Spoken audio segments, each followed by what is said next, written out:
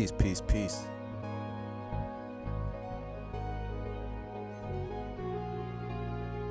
Let me know if you guys could hear me, could hear the audio.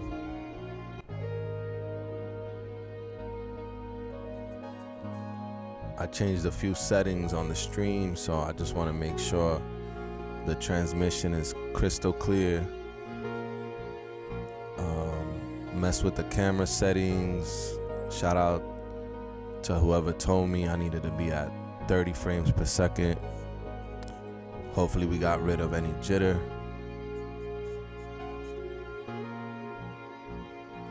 I also tried upgrading the stream quality output as far as the visuals go, so should be like 4K, I hope.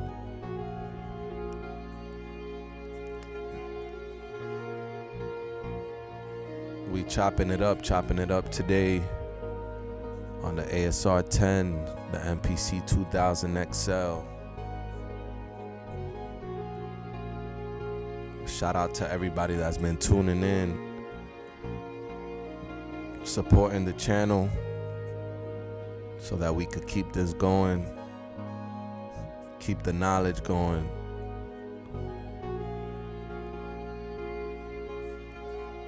Keep spreading that knowledge. You don't know who you helping.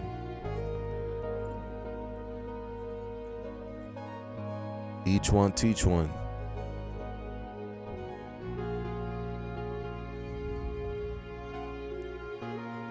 That's the vibe we on today. I think today I want to get into just talking a little bit about beat block, inspiration, where to find samples. Obviously, hopefully everything's coming out clear. And you guys could see my background here. I have, let me just pop out this chat.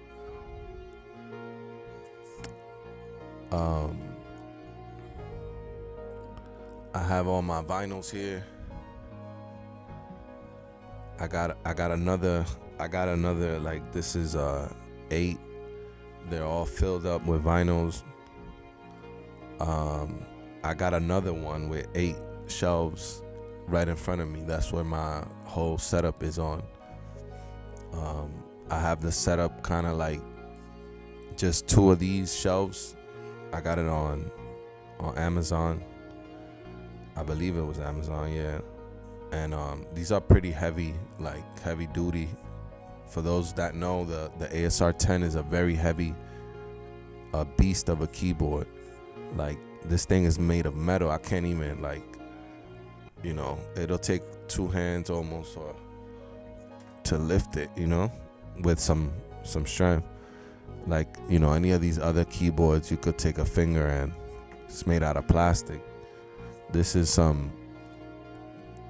made for war. This is made like to work on it all day. It heats up, it does heat up, but there's a lot of components inside of this unit and inside of the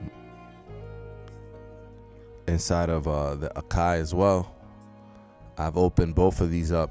I've worked on them both, so I could tell you firsthand that it's not simple engineering that goes into these machines. This is some real,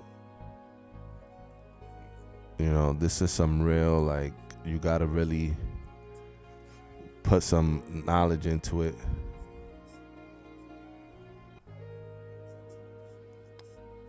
And I'm just making sure the live chat is open on my phone also.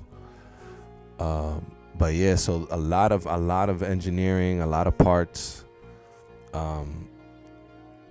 technology was put into making this do what it does, and I try to highlight that on the channel. I know some people, not some people, but a person that tuned into the channel said they couldn't see my screen. They couldn't see my screen. And I think I spoke about this on the live last time. Like, as much as I love educating, not everybody's process should be the same or will be the same when using a sampler. And that's what made hip hop unique. Everybody has a different way of approaching how they do it, you know, and part of the journey is kind of like, if you have this keyboard, I would love to teach it in a technical way with the camera pointing at the buttons and everything, but I don't think that's what this channel is about. That's what like learning is about. Yes, you know, I think there's other people that have done it with the screen grab, and those types of channels are important, but this is a vibe channel, you know, like the way that I work with this sampler is not the same way that anybody else may, and I pick up from things that I've seen, some clear, some very technical, and some just assuming at what the headspace that producer was in to do it, you know. We could go down to the details, but that's not gonna help you. What's gonna help you is knowing the approach, knowing the philosophy behind it, why decisions were made, not the numbers that make those decisions happen. The numbers are irrelevant. It's the time that you put in, coming back, asking questions. I try to answer all of them that are specific on the comments, but if you can't see a certain part of the keyboard, you know, that's not really what this is about, you know. I'm here to help, but I'm also here to just show how I do it, and then if you have an ASR, you could follow along. But no artist can really break down his process, you know what I mean? Like, you could see people how to videos. I don't make how-to videos. And you know, the tech talks were really about just me opening up these keyboards when something happened, and what I understand. I could be given not wrong information. I would never do that on purpose, but the way that I interpreted the manual, the parts that I've read, you know, there's people that are way more advanced on the ASR 10 than I am and made hits, you know. Those are the people you should be looking up to. This is my journey, you know. And that's with all, you know, that's what all love. This channel is about love too. I try to show love because you guys show me love. But I just like, I used to film on my iPhone. Like, now I'm getting clearer like transmission, but this is like, I know people when they came to the channel, they were like, you could work in the dark. We just want to see you like create, you know. And I'm getting back to that now that I have a comfortable space to do that in. Many of you know I would be in the living room, I would be in my bedroom.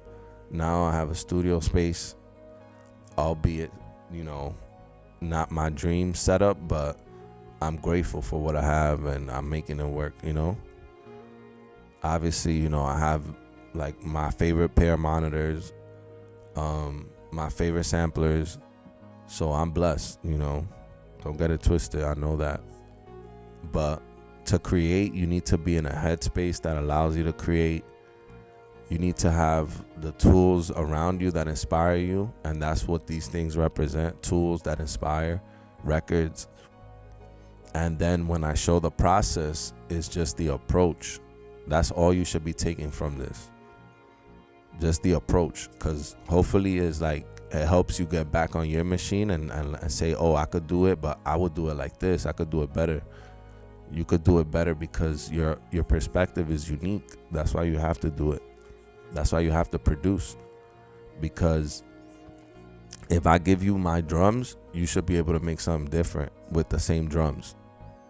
And if I use somebody else's thing, it's not to imitate. It's to like learn the process so that you're continuing to put out stuff, to produce. To produce means to make something, to create a product, to keep producing that.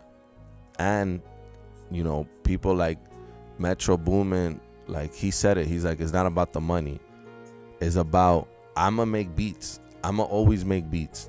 Whether they're bad, they're good, I'ma make beats because I like drums, I like sounds, I like samplers, I like touching my MPC pads every day. You know, pause. But that's literally like, I wake up to get time, get things done so that I could get to my samplers. Like, that's the mission every day. Get to the samplers. How can I get things out of the way so I could get to my samplers? And if they're not connected, I'm like, I have anxiety because I need these things to be working. You know, I'm always listening to samples from everywhere. And that's, you know, that's just like, that's how you train your ear. If you're always listening to music, you become the music, you know. And if you're always listening to drum patterns, you know, Drake just dropped. Okay, you want to make beats like those producers, you got to listen to his beats. You got to listen to his records.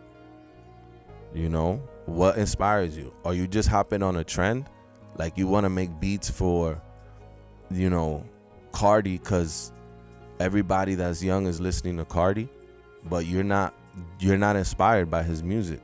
So why do you need to make a tight beat if you're not into those type, you know, beats? Because you want to be successful. How do you define success? You need to redefine success, because what you're inspired to make could come back.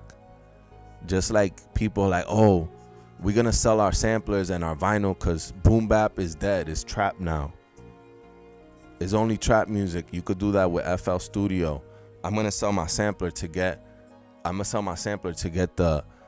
new MPC. But you never mastered the old one that you had. So how you gonna get better at producing if you skip levels? It's like playing a video game. How you gonna be able to beat the last level if you didn't train in the things that the other levels were trying to teach you? That's why I still work with the 2000 XL, because I was chasing that. I was chasing the gear.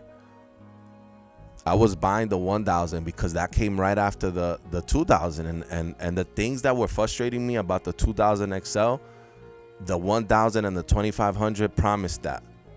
And then I saw other people graduate to the 2500. I saw Alchemist. Oh wait, he's using the 2500 now. And I saw pictures of Q-Tip using the 2500, and he used to use the 2000 XL. So maybe I need a 2500 because my beats suck. My beats are whack now. Like, I need a 2500. Nah, I need to master the 2000 XL. And still, by the time that happens, I'm not gonna want to move on to another machine, because now I love chopping drums on the 2500. I mean, on the 2000 XL. I didn't like the sound of the jog wheel on the 2500. That was something that was not for me. But the people that are nasty at it, they're more powerful because they have a more capable machine. But the mind, maybe you have the mind to work with the machine that inspires you to look at it every day. Like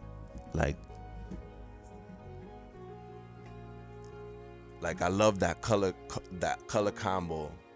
You know, the red and the black wasn't for me, but I like the black and the red and the orange on my ASR. And the screen, the digital screen, reminds me of when I was a kid and I had a clock radio that had the same font, that same tube, vacuum tube is what they call it. I think it's a vacuum tube, like LED, that the ASR 10 has.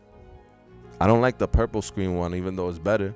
I like the one with the green because I had a radio, and even my Casio watch was with that font. So we talking about nostalgia now. Maybe that inspires you to create. The nostalgia. You know, the records. Many people used to say, like, the first producers, they were working with the records that their parents were listening to. So if you were in the Bronx in the 80s or in the 90s, you got to go back 20 years. You got to go to the 70s, the 60s, to those soul records, because that's what the OGs were listening to.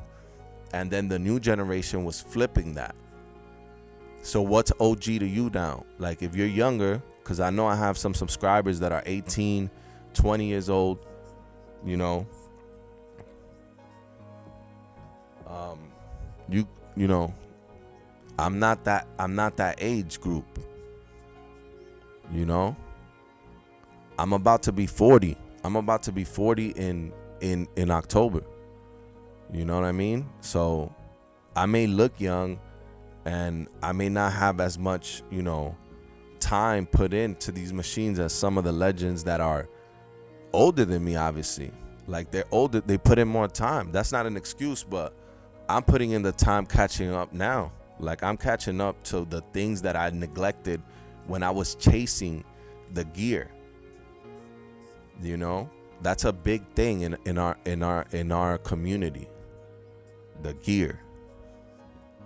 What do you use to create?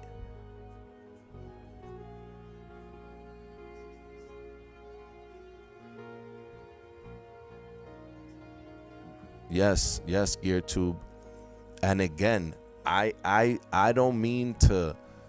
I was there too, and I'm there sometimes. Like, from time, like the gas is real. The gas is real. What up, GearTube? Yeah, we don't talk about it enough because everybody's getting to the bag. I get it. Even people that speak out against it, they later get a check, and it's like they become a spokesperson for any of these brands, you know. And I'm still at my early stage. I'm speaking from a perspective of the community. Like, we all want everything I have in the studio were either gifts that I'm grateful for, or I worked to buy them. You know what I mean? Some of it came from music, and, you know, others from whatever I was grinding at that time. But I grinded to get the things I wanted. What's up, mama? What happened? You want your toy? Yeah. Like, I was grinding. I was grinding to get the things I needed to create that would inspire me. But then it was time to get to work. You know what I mean?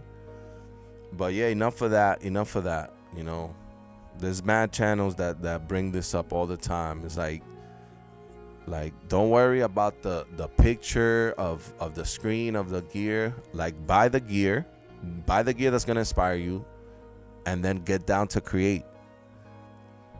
You know, that's what I do. I make beats. I don't stream every beat I make, you know.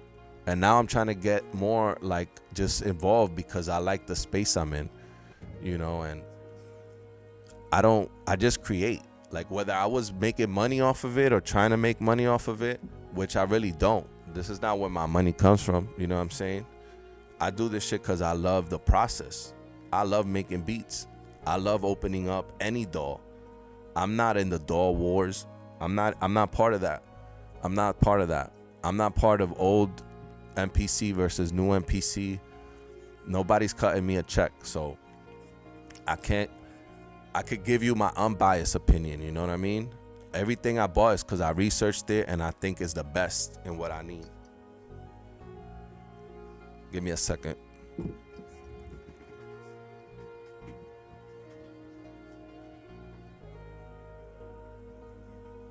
But yeah, I just want to show you guys how easy it is to stay inspired when you have your setup the right way, when you're, like, showing up daily.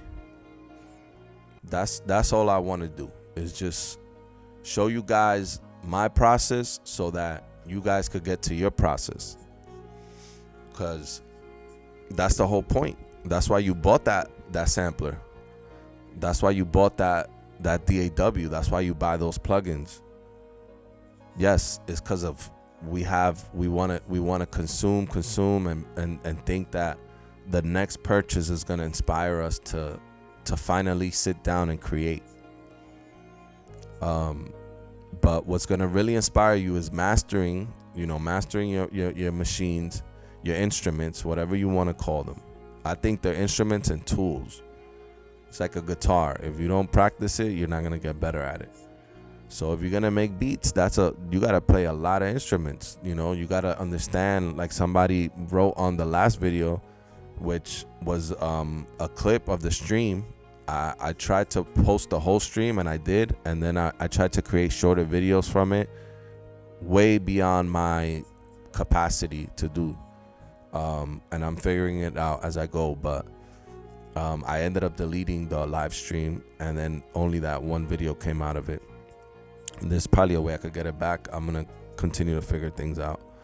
But the person said they're trying to understand drums and low end, and I'm trying to understand those things as I go too. But if I could help you get there, then that means that if you understand drums and low end, you could keep it moving to making more beats, making more songs.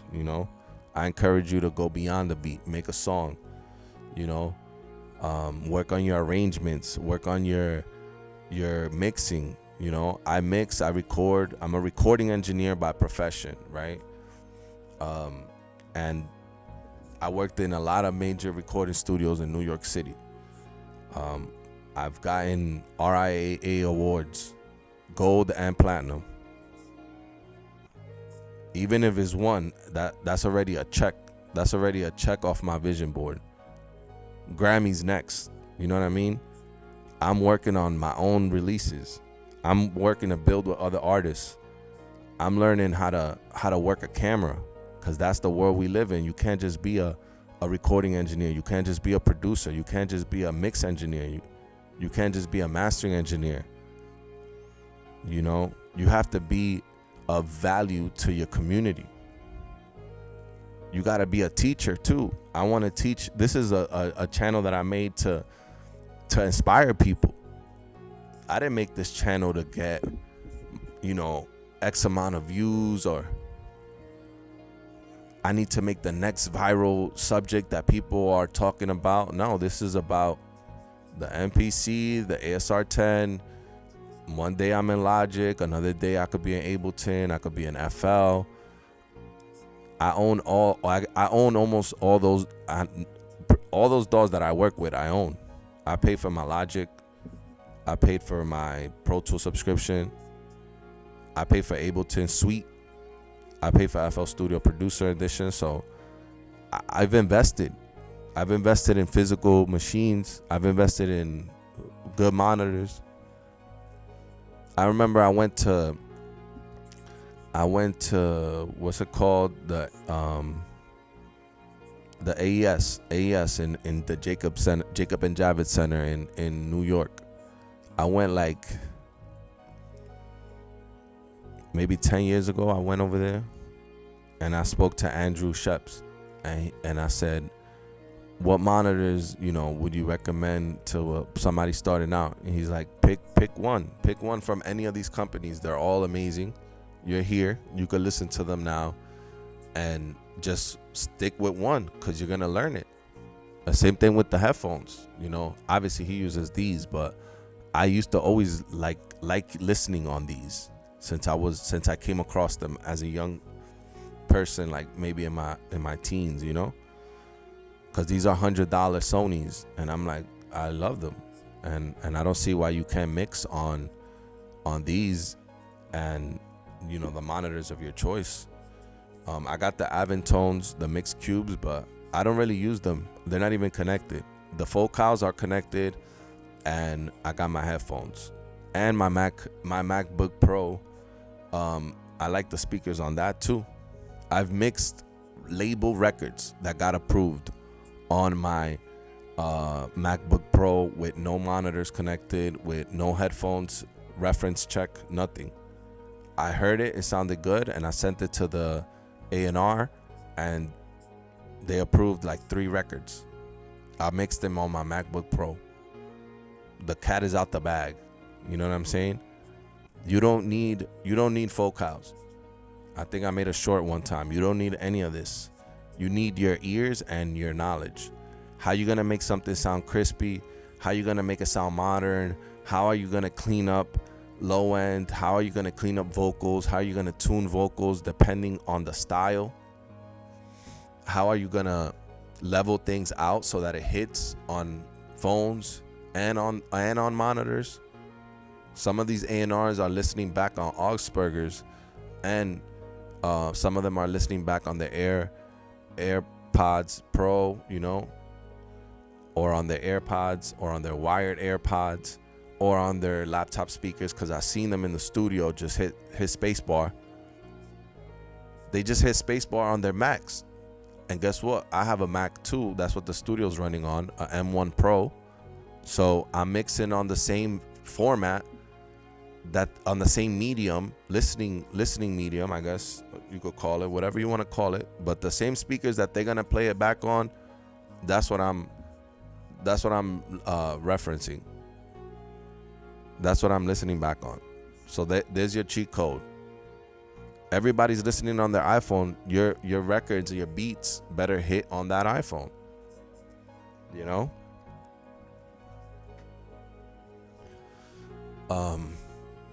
And that's just what you have to do.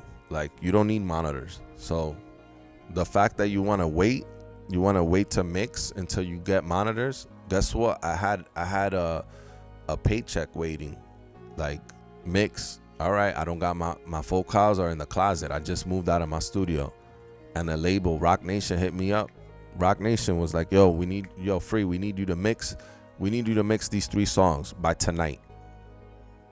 They didn't care if I was mixing them on the MacBook Pro, I went to the studio. I hit up my boy, and I say, "Yo, I'm gonna come to the studio. I need to mix 3 songs by tonight. I'm gonna get in there. I'm gonna get in there for free, cause I put in my respects. I'm cutting you a check, you know, back. Like, all right, you want me to pay for the hours, or, oh, nah, free, you got it. You always do sessions for us." So I could go mix on Augsburgers, but I had to deliver. And I said, you know what? I got a nice space right here. I'm focused wherever I was at right there. I said, you know what? I'm gonna get you that mix. First mix. Not even no notes sent back. Yo, these are amazing. All right, thank you. Can you master them too? Like, I could send you a master, but I usually work with my boy Dan Walker. You know, he masters everything for me. I don't master, but you on a budget, you know what I'm saying? Whatever the case is, I'll master it. We got AI now, you know? We got mastering right here. That's it. It's over. You know? It's analyzing the stuff, and it's like, that's not gonna take my boy's job away, Dan Walker, because guess what? I'ma still pay when it comes time to get the best work that I could get. But if that's not in your budget, you're not gonna pay. You're gonna take the shortcut. You got the mastering assistant now, so you got no excuse. My excuse is I gotta get the money to pay him. You know what I'm saying? Not an excuse, because I'll pay. I believe in community, supporting community. So if I gotta pay him his rate, I want the master to sound how he does it, because I've been to his studio. He has analog mastering grade investment of equipment. He's listening back on, you know, Barefoots, you know, last time I checked. So I'm like, all right, I love the Barefoots, and I know you take your profession serious, so I'm gonna trust you. This industry is built on trust. It's not built on shortcuts. If your shortcut works for what the budget demands, then use it. But that's not how you're gonna build a community. You're not gonna build a network by taking shortcuts.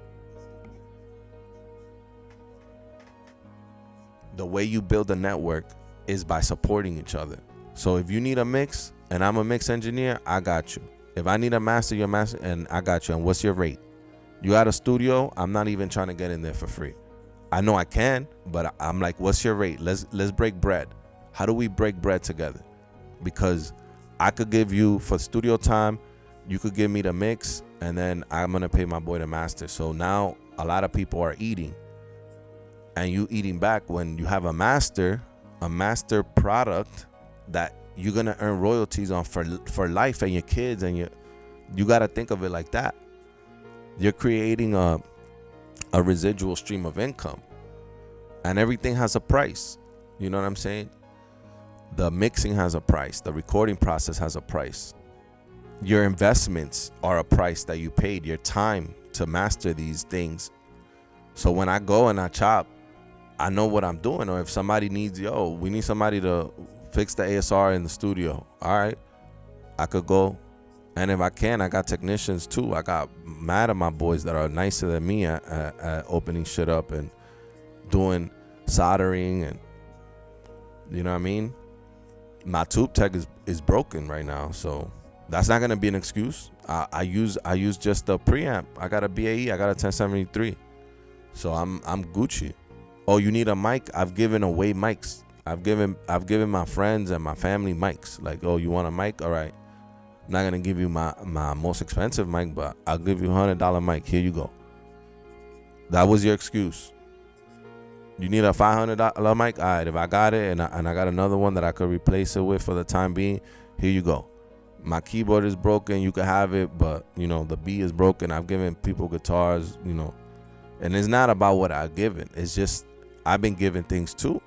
You know what I'm saying? Like the MPC was a gift from Elmar Zandir, backpack, my boy.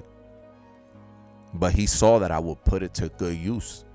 I'm not going to go sell it, because he didn't sell it. Oh, I can make 800, but no, that's a gift. Your creativity is a gift from God. No matter how you got things, is a gift. If you worked, you gifted it to yourself. That's a gift to me. But now you putting in the work. I be at other work that if I'm able to, respectfully, like I could be on my laptop. I don't need to have my samplers. I got Logic, I got Ableton, I got FL, I got a hard drive full of samples. So I pay for Splice, I pay for plugins. So I got unlimited potential just sitting there on my computer, on my samplers. When I get to use these, that's a treat. All right, now I could use my ASR. Hold on, let me get some water. Give me a second, guys. Thank y'all for tuning in, man. I'ma hop in now to make a beat.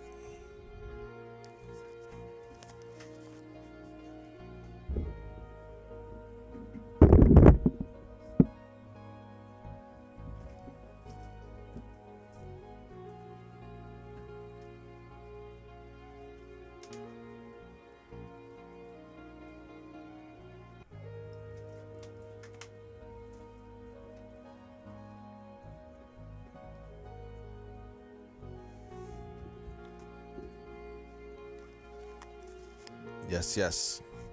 All right. So I was basically just playing samples off of Splice. This pack specifically, so you could see. Let me share my screen.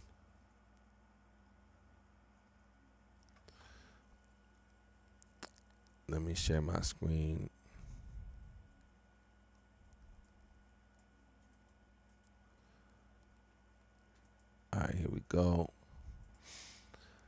So yeah, I was listening to R&B tapes, and nowadays this is a great way to find samples or practice, right? So again, I've sampled vinyl on this channel, copyright strikes. So one way to avoid copyright strikes is Splice, because they're royalty free. Now you could buy royalty free compositions. There's definitely a lot of places. There's what do we have? Tracklib. Let me see this YouTube chat. I gotta update this real quick. Let me see if I can put the chat on the screen.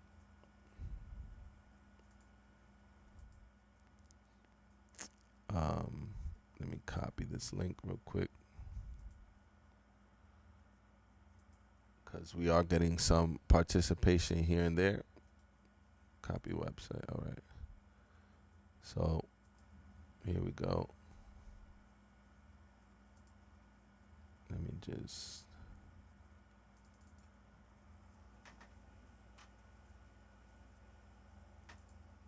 And if you guys want to put where you guys get your samples from, feel free to share that. All right. So feel free to share where do you get your inspiration from? Where do you get your samples? I put a Valhalla, as you can see, on my Splice. So I load up Splice Bridge. Is at 120 BPM right now, and I feel like this is a easy way to like not get beat block. So if you deal with beat block, do the following, right? Let me move this over real quick. And I usually have my phone close by so I can see if you guys are writing anything. But I'm over here by my MPC, and I have a drum kit loaded up. Let me go 120. You know what? Let me go 123. And I'm going to change my tempo in Logic.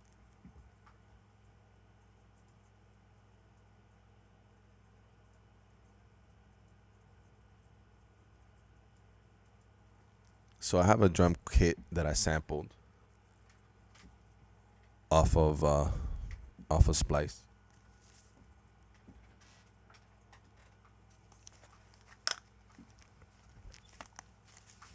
And it's kind of like a modern. I took 16 sounds that inspired me. So I have all those sounds. A kick, a snare, hi-hat, open hat, another hi-hat, another kick, a hi-hat roll, a snare, another hi-hat with like a space echo on it, another snare, it's like a rim, another kick, another snare, another open hat, and like a clap snare. So you could, if you're like at 123, that's already past like 90 or 100 BPM where you would put the snare on the 2 or the 4. I will take any snare or rim, maybe this snare. It has like a vintage sound to it. I will put it on the 3. So my MPC 2000 XL is already set up at 2 bars. I'm going to make the snare pattern first. So record, play, start.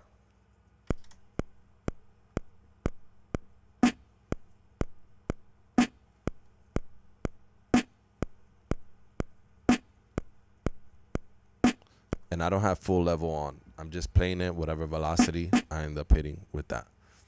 Now, I'm going to go to track 2. And I'm going to make a kick pattern. Any kick. Let me see. I kind of like this one that has attack. And I could also layer those. So I like the body of this one and this one. I could layer them by going into my program window. This wasn't already layered, so I'm going to go to drum program 1, and I'm going to note, hit open window.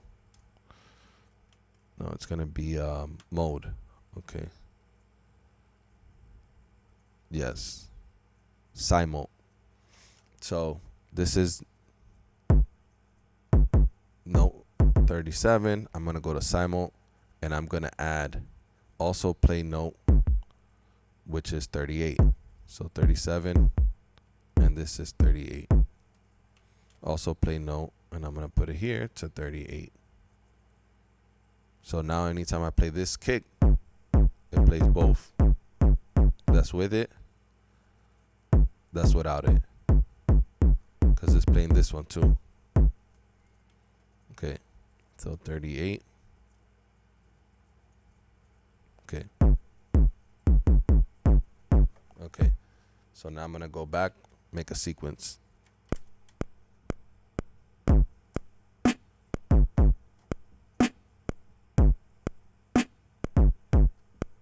I have the timing correct on at 116. So what I'll do is, let me put it at like 1.8. See if that gives me a better feel.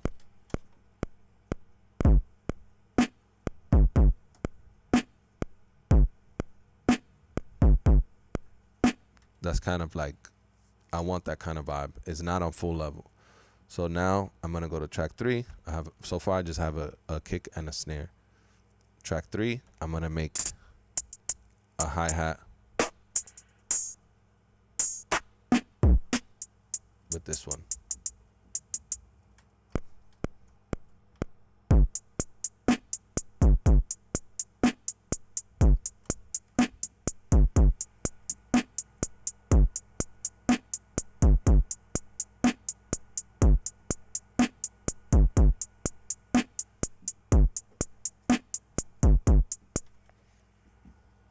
Yeah, geared to, I don't sample as much either.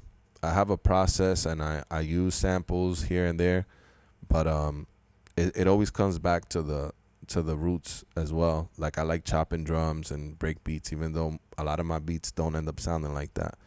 You know, to me it's just like whatever inspires you to get back in the process is, you know, and then you end up making something completely different. That's fine. You know, I love sampling too, man. I love vinyl. I love like, you know, putting things into machines and manipulating them. And then whatever you create and put out, that's, you know, that's personal always. So I'm the same way, you know. I don't sample like in my records that I put out, but I love to sample. And that's kind of where this channel, I get to express that too. So now I have a straight, you know, 2-step hi-hat, kick and a snare. Maybe I'll add like one of these open, this one. Wait, let me go to another track. Oh, this one is unused. Yeah, track 4.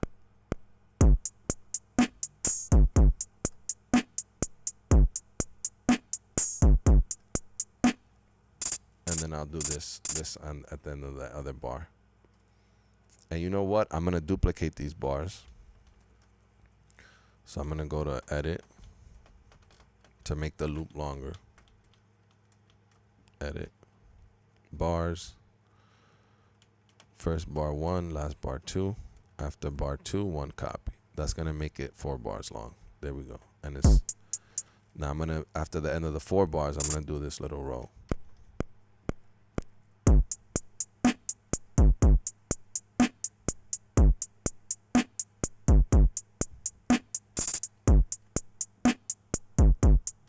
Okay, so now what I would do is, on my screen,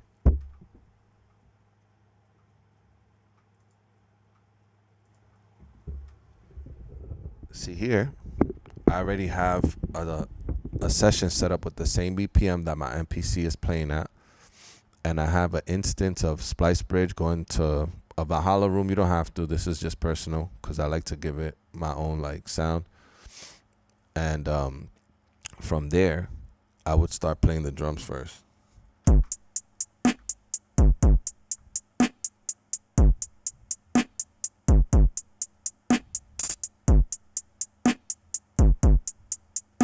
Yeah.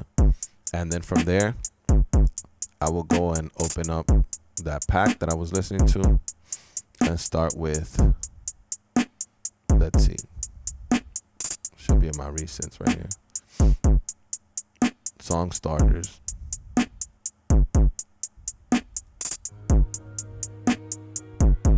Find the one. And then like with my MPC play it.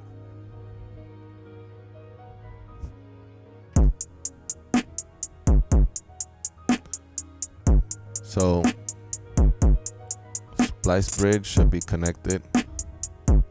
It's playing it at the tempo of my MPC already, and I could see that this sample is gonna work before I even start chopping.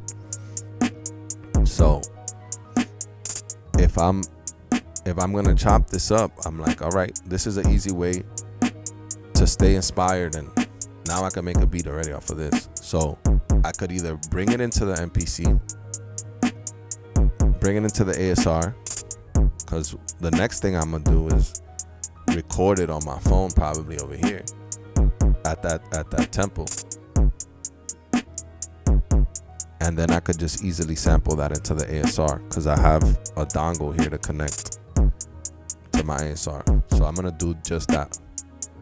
I'm gonna have to turn off the mic so I don't get no feedback, but I'm gonna go into my voice memos, and I'm gonna record that. I'm gonna stop the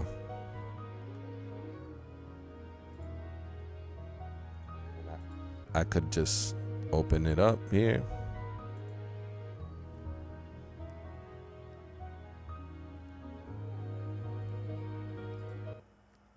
So let me mute.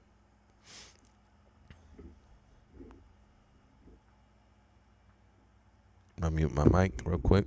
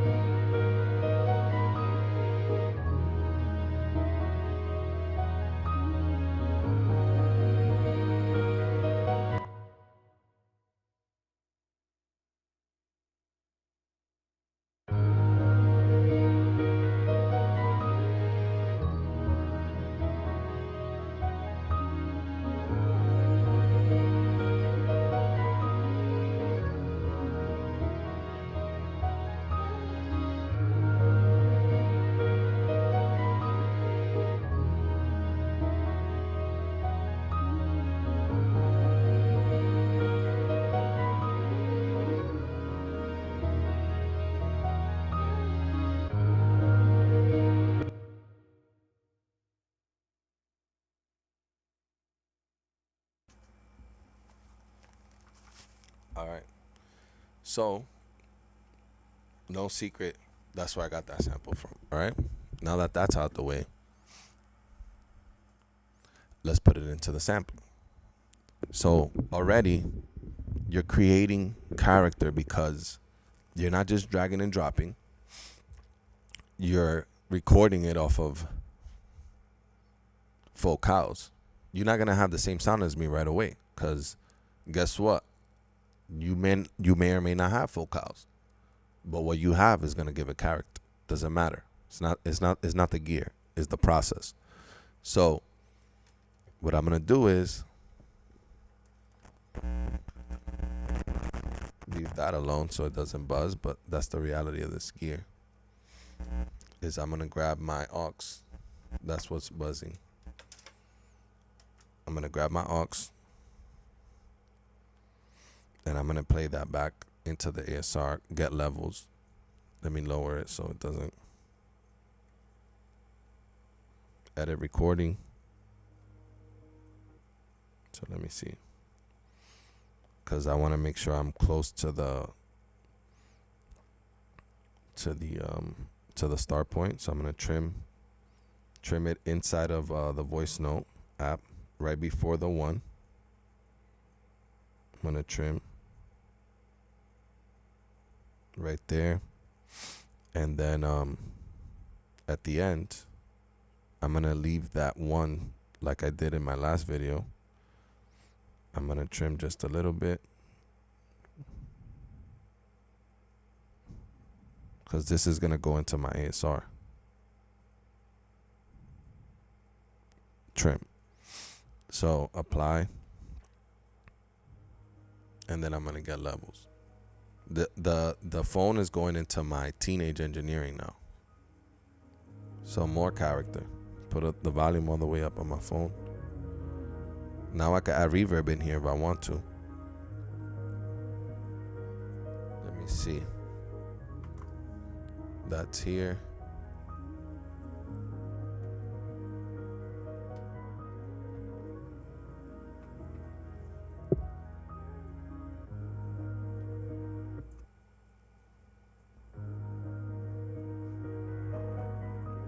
Add some drive on the output of the Teenage Engineering.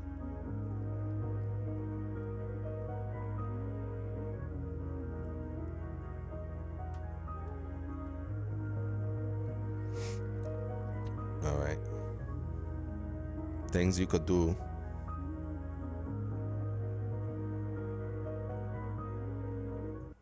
Things you can do. FX, reverb. Main, go to the effects, send it.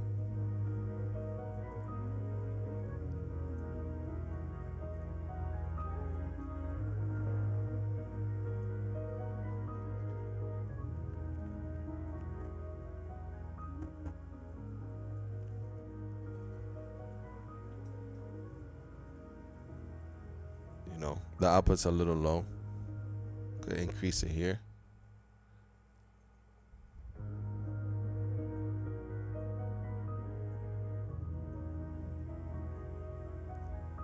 Okay. Let me sample that. And I could boost it inside the ASR. Sample. Input dry left, instrument 1. And then I'm going to play this from the top. Hit enter, yes. Okay. Going into the ASR now.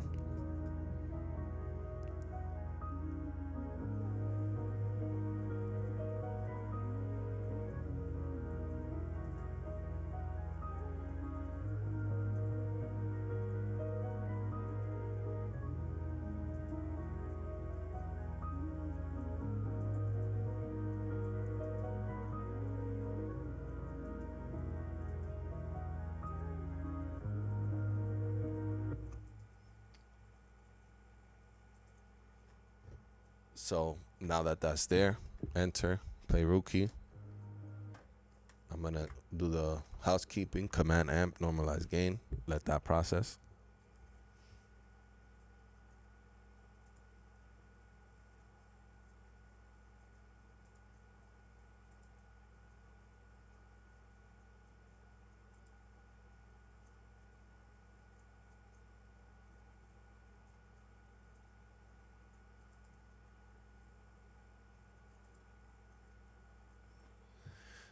Data being processed. So that's the patience. Let me disconnect my aux. Open up the chat.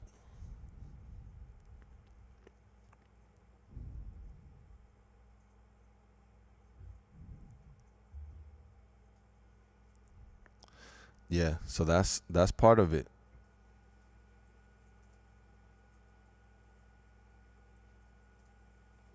The waiting so that you could get to work. So you gotta have patience. You gotta have patience if you're gonna work with these samplers. If you want immediacy, then you're in the wrong place. You need a new sampler. You need a computer, because these machines they'll test your patience. But so does everything that's worth it.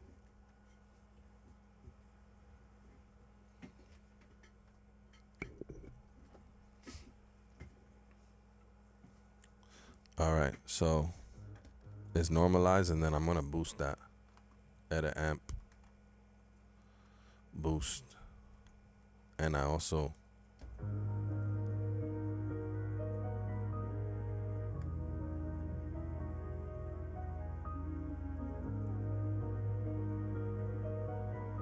then another thing you could do is like resample and then boost that again.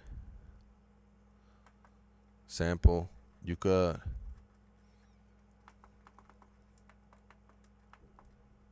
sample left and right. No. You could main out. You could sample the main out. On the right channel. Pink sample instrument 2. You could go back and play.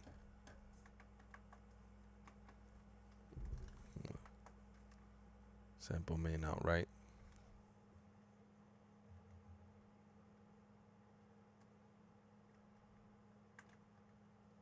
On a new wave sample.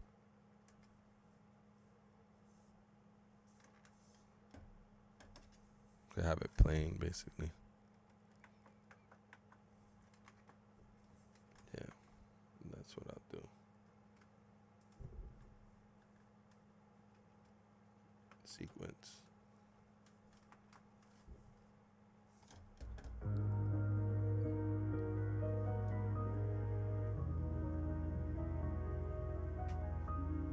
Could always increase the gain here.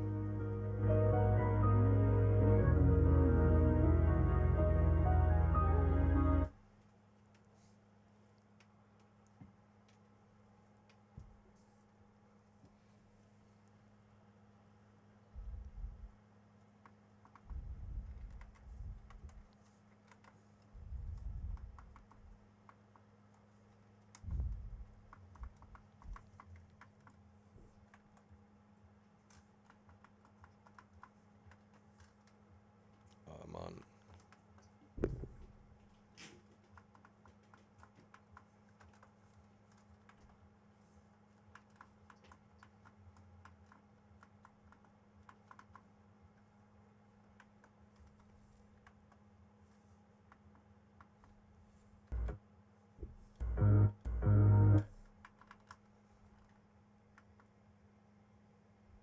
Yeah, so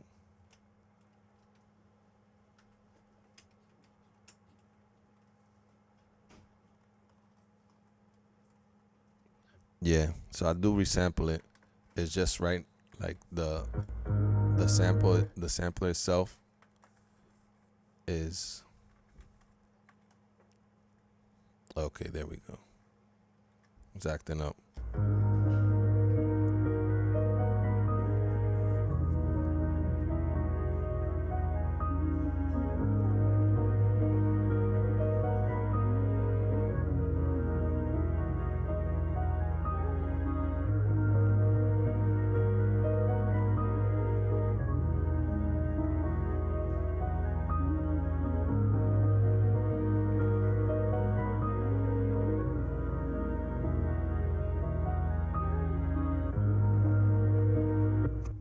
All right, so that, play the root key. Then I'm gonna have that happen again, Command Amp. So yeah, I do resample the main outs. So when you go to the sample screen, you could choose input dry left, input dry right, or main outs. So yeah, I sample the main outs of the ASR 10 back into another instrument, and then that'll continue to give it grit. But sometimes these machines will test your patience. And I boosted it and resampled it. So now I'm going to be able to normalize it and boost it again. And that's going to give it grit.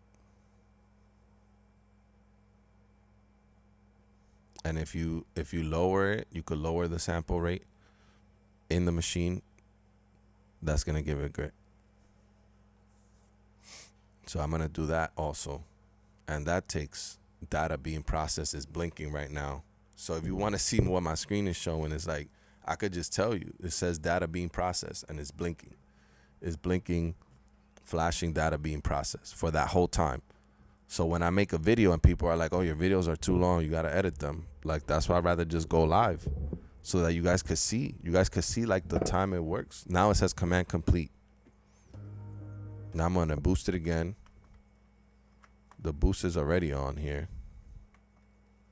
So edit amp, boost. This one sounds louder though. So I'm like, it just recorded it. Oh, because my main out volume is mad low. That's why.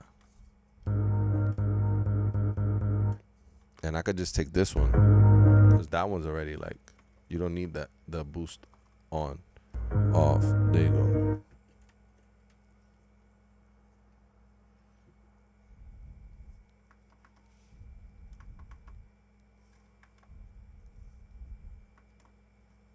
Edit track. See, like my input monitoring is not working right now, so I'm just like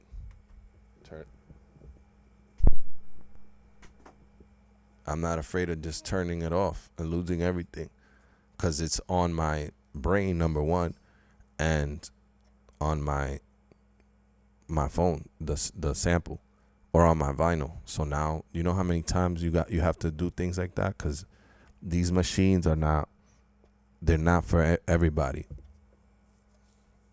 They don't have updates. All right, so let's make sure that, there you go. You see, that wasn't working, so you got to turn it off. And then here, I usually edit track, stop this,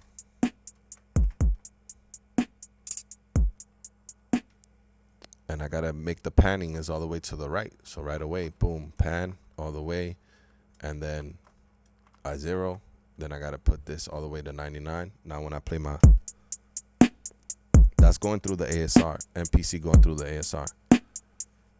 And you know what? In order to like not have to play that back, I already made that drum loop. I'm gonna sample that first. I'm gonna start with drums. Sample, input dry, right. Pick sample instrument 1. Hit enter.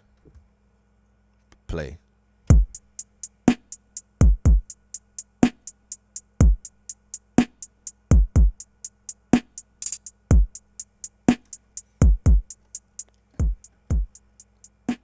So right away, that command amp normalize gain. Yeah, life paced is very true, and that's what I like, because that's the process. The process is not a YouTube video condensed down to 5 minutes. There's videos about that. So if that's not what you need, then command complete.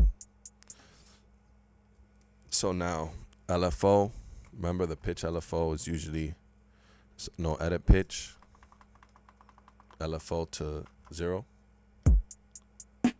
Okay, and then command amp, edit, no edit amp, boost on.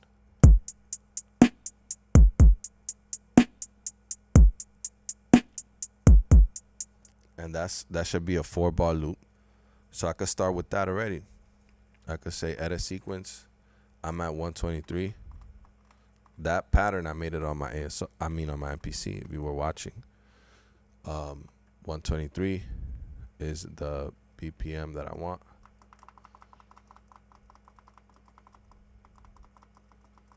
And then I'm gonna record a sequence on the ASR. 4 beats, 4 bars.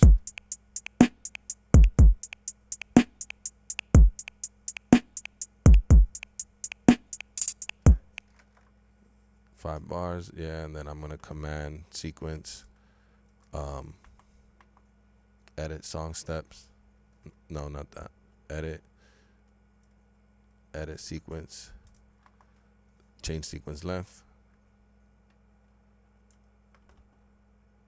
Okay, sequence 1, command sequence, change sequence length, delete 1 bar is at 5. Now I'm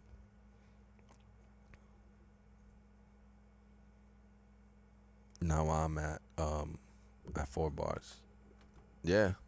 Now that's what it is.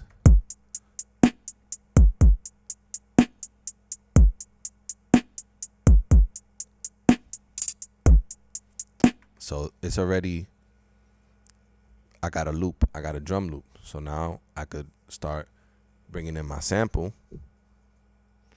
Yeah, I hope it pays off, man. I definitely hope it pays off, because sharing your process is already a very personal thing.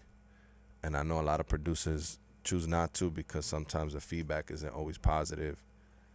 You get people wanting, obviously better views of things, camera angles and stuff. But I say just enjoy what the artist is able to share, because that's what makes people stop sharing after a while, is the critiques,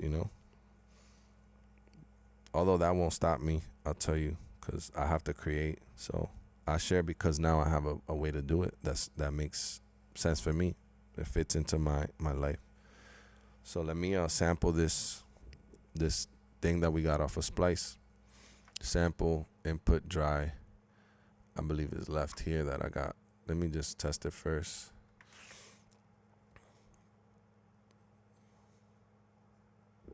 Yeah, you see, there we go. Make sure also I'm not only coming out, see, I'm getting a buzz. That could be from the cables. So you could play with that. Maybe you need deoxit on that. But I don't want to record that buzz. So I'm going to make sure my track is panned the right way, which is not. So you see, it should be in the middle. Edit track is at -99. So I'm going to do that. And then I'm going to bring up the mix volume all the way to 99. So let me play that back now.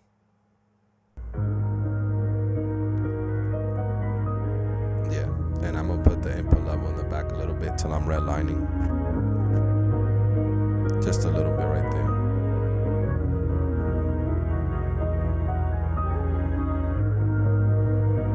That's a good gain stage that I want.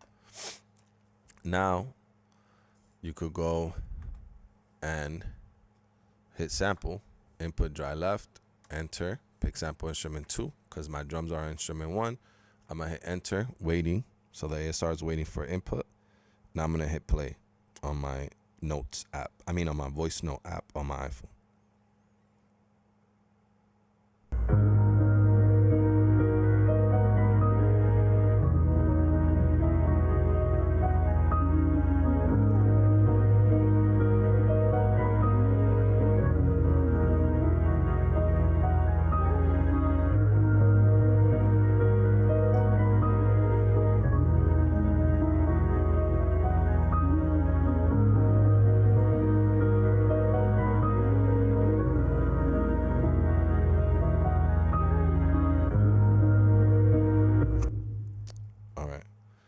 Enter, because if not, it'll keep playing, eat up my sample time. Play root note C, middle C is where I start.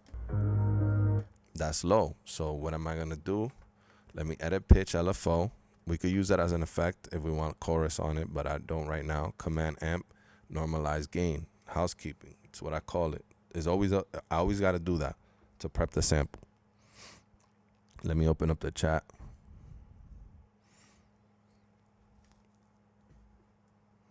Make sure we're live. Yo, Heat, what's up? What's up? Welcome, welcome. Data being processed. That's what's blinking on my screen. So there's no need for you to see a camera, and I'm telling you what I'm hitting. Command amp, normalize gain. Once you go into the ASR, your samples are too low. You're not doing that. You're not watching my tech talk when I lasted an hour explaining the gain staging of the ASR 10. There's a Facebook community that has the manual. Have you read the manual? You know what I'm saying? I've read the parts that are important to me. I'm not going to sit here and tell you I know the manual like the back of my hand. Let me get the manual.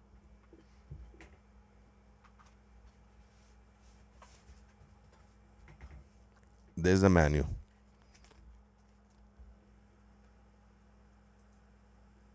I'm going to show you the manuals that came. I've read the parts that are important to me. I'm going to lower that. That's coming from my phone. I got the chat open right here. What up, Lawrence? I got the service manual. You can see that right there. That's when I want to open it up. When I want to open up my ASR. And that's why normalized gain just finished. I got a SCSI interface owner's manual because I got the SCSI on my ASR 10. That's all printed out. And I got version 3 operating system of the musician's manual.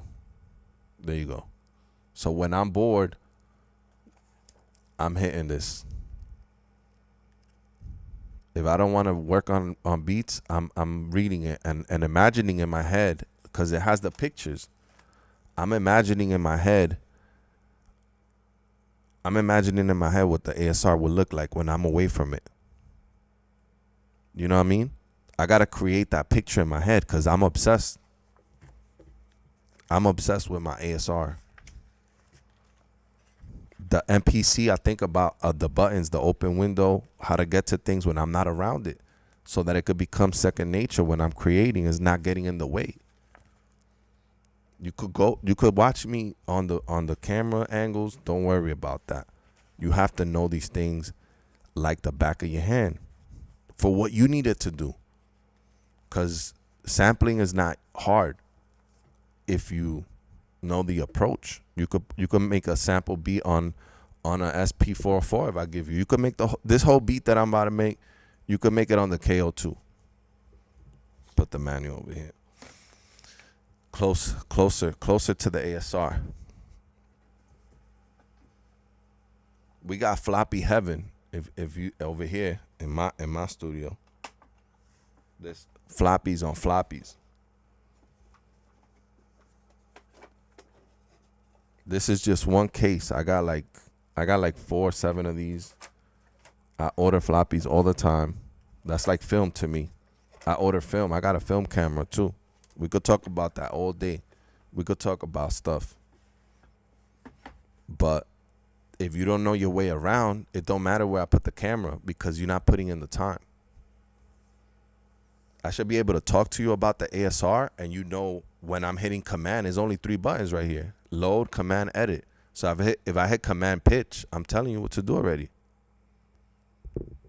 Exactly, Heat. So if you're part of the community of ASRs, then you know what I'm talking about when I say normalized gain. And now I'm there. I'm at the volume that I wanted. I don't have to use boost because the drums is boosted already. So you want it to fit nicely. Now I just gotta edit. It has a little gap in the beginning. Edit wave, loop forward loop, start point. All right, there. Go to 1. And if I make a sequence of that already without putting any effects, I should be in a good place. I could already start recording on top of the drums.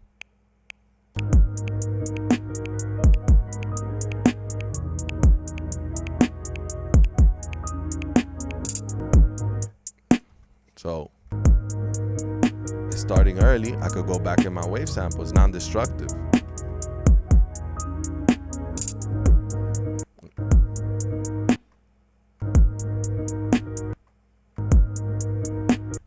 However lazy you want to make the chop feel.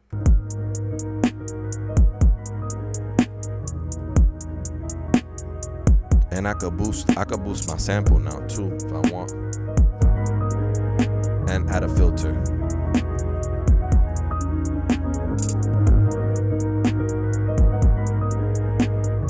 And I'm already making a beat. And there's not no beat block. There's no beat block. I could filter my sample out. Maybe use a different filter.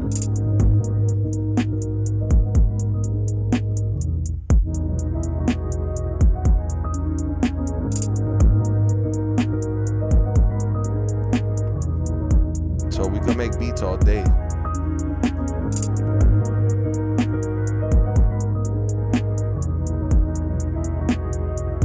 I'm messing with the filter. It doesn't matter what number I use because I'm using my ears.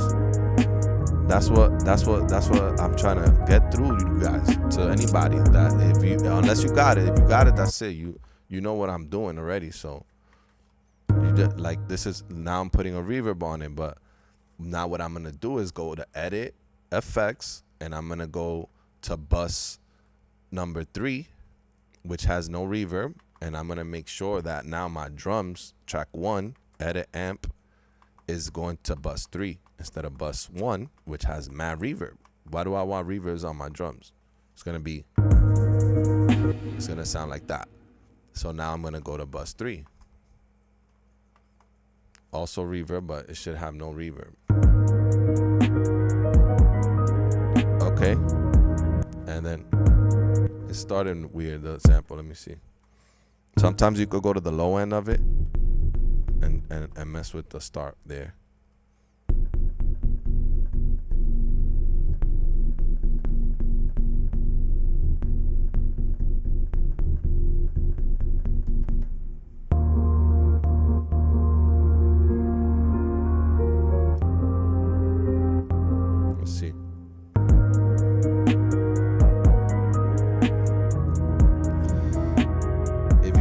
enough, you do what you gotta do to make it happen. If you're not obsessing over your craft, don't worry, someone else out there will take your spot. That's right, Lawrence. We gotta wake up hungry, because it's the only way we're gonna eat. So now it has that reverb. I could edit the effect. I don't want that much reverb, you know what I mean? On bus 1. So I'm lowering it down from 28 till I hear the sample come through a little clearer. 16 sounds good. 17. So we talking numbers now. You don't have to see it.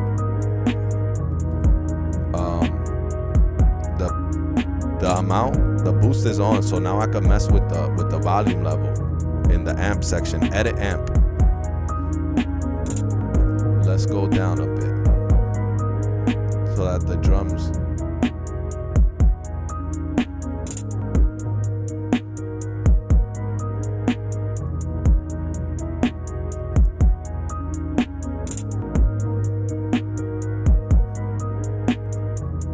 So already you playing a drum and a loop, a drum that was sampled from the MPC into your ASR 10. You put it on 123. You went on Splice, you put Splice Bridge on your Logic session. I'm giving you guys like an easy way to never get beat blocked. You might not even have to put a bass line on this, and an artist in the room is gonna start right into this if he's really an artist, because this shit is already.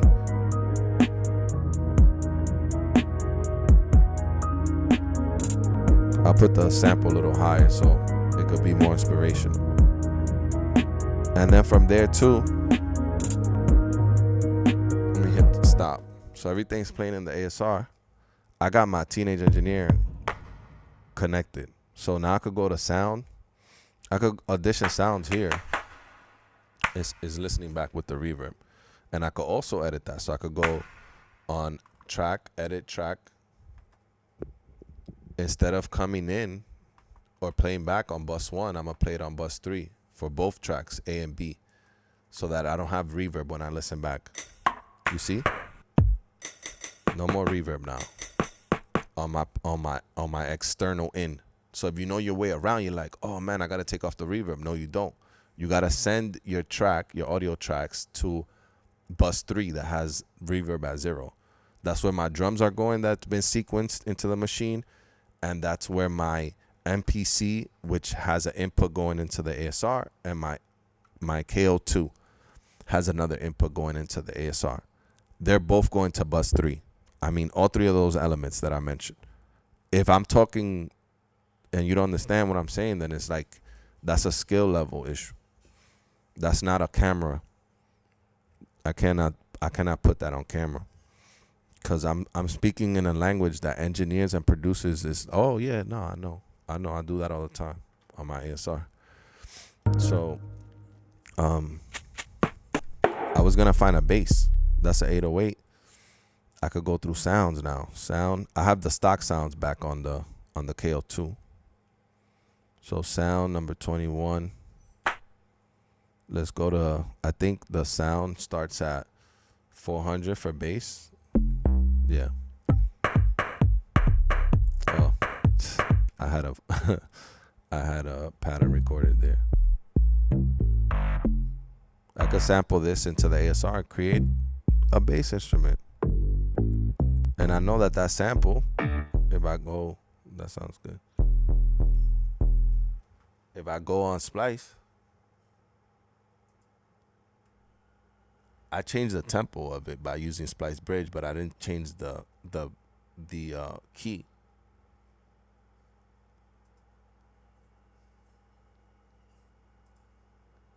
I think it's in G sharp minor, it says. Yeah, so that sample's in G sharp minor.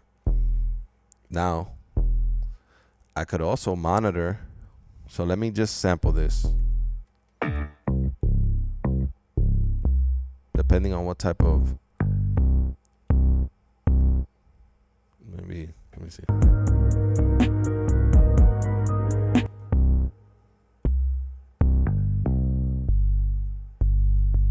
This is kind of smooth too. Yeah, so I'm gonna sample that from from the KO2. That's a stock sound. Sound number 420. Sound number 420. All right. Yeah, let me know if the sound goes out. The video last time went out, and the only reason I saved that was because y'all told me. I'm not technically savvy with streaming. So keep me updated on the chat. I'm looking at the chat on my phone, and that's how I'm able to basically like know what's going on. I gotta get a better like on that side. So I'm gonna sample that bass into instrument 3. Sample, input dry. Let's see where that's coming from. Left. Input dry left. Yes. Enter. Pink sample instrument 3. Because I have my drums on 1. I have my sample on 2. And I'm gonna have my bass on 3. My bass instrument. So I'm gonna hit enter.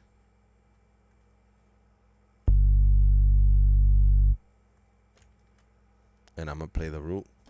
See, I recorded all of it, and I'm gonna show you guys another trick.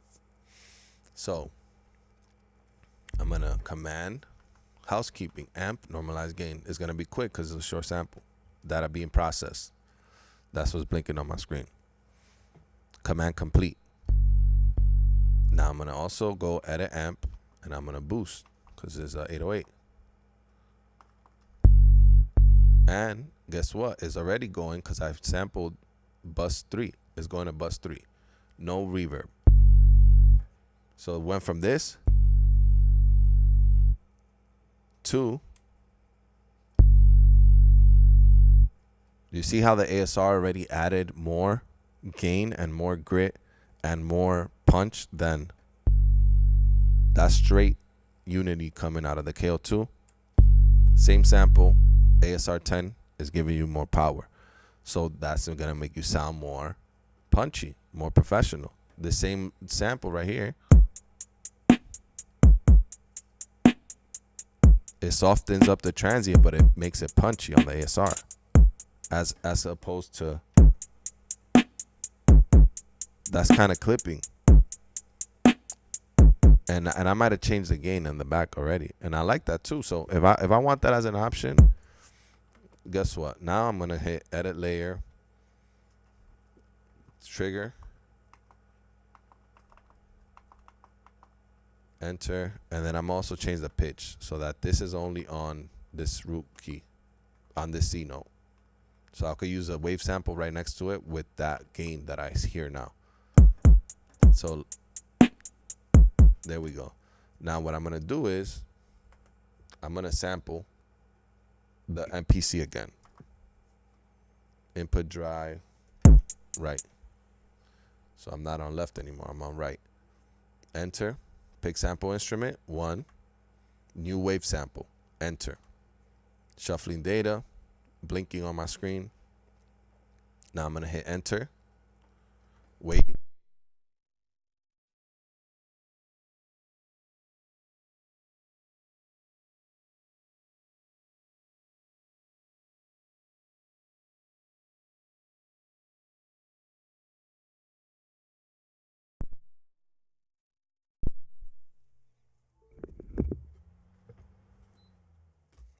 My bad. I know the sound cut out for a minute.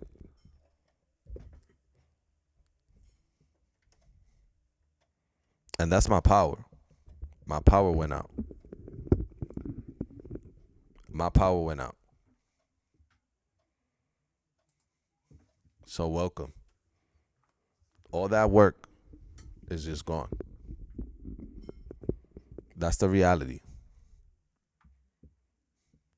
Obviously, that's not something that you're always going to have to deal with. Power outage. Now you could get frustrated, stop creating, or you could start from scratch. I have my sample on my phone. I could do that all day. I could make that beat again in 2 seconds. I could load up my drum kit.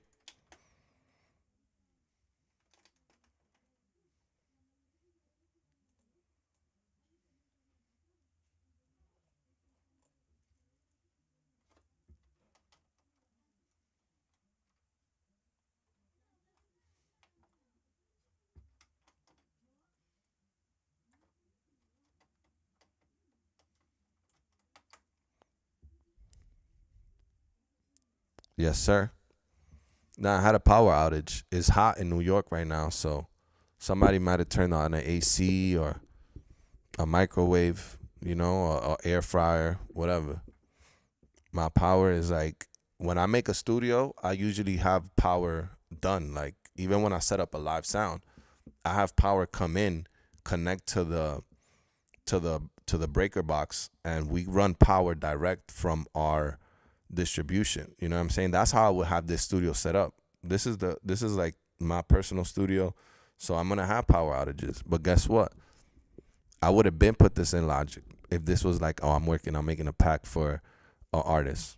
I'm not gonna just depend on the ASR. I do the ASR because we on the channel all day. You know what I'm saying? Like, but I'm printing. I'm printing to Logic once I got a good idea. I'm just messing around. So main screen, my drum should be right back there. You see? Now I gotta do the same thing. Edit track,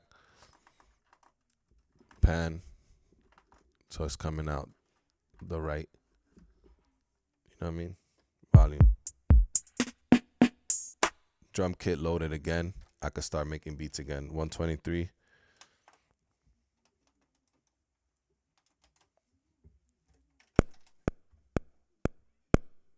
No, not that. Undo. Snare. Where's the snare I used? Let me use that one.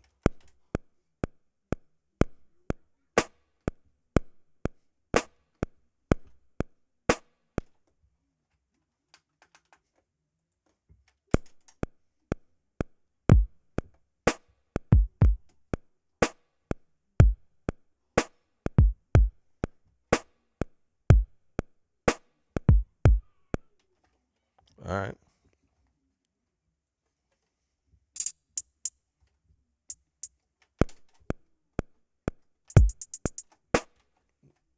Undo. I want eighth note two step.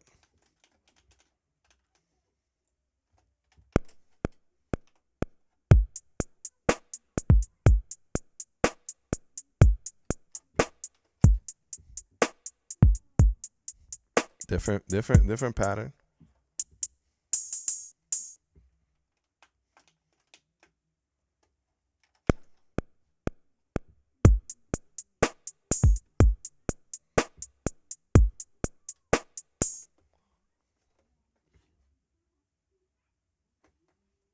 Duplicate the pattern.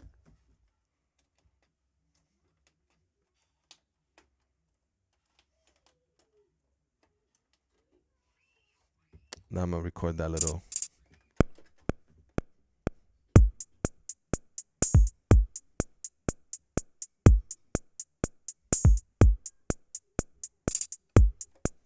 That's it. Ain't nothing happen. I'm gonna sample that into the ASR. Input dry right. Enter. Sample instrument one. Enter. I'm gonna hit play.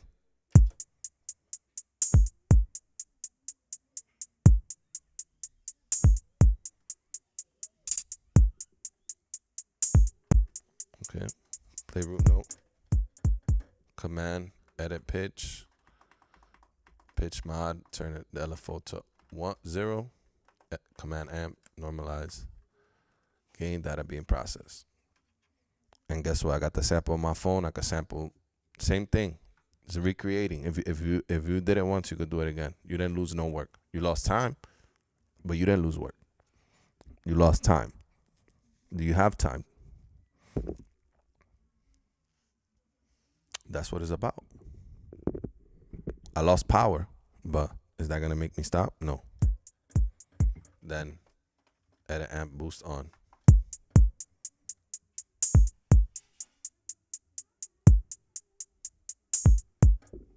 Okay, I gotta get the snare.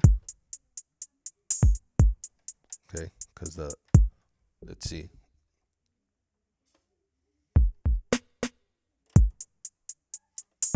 Maybe it's mute on track mute. Because I undid something. So I'm gonna retrack the snare.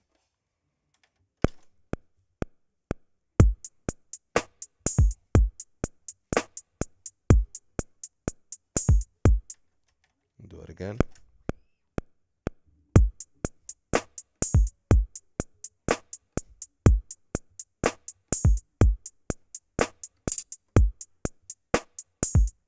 Okay. And now I'm gonna resample again.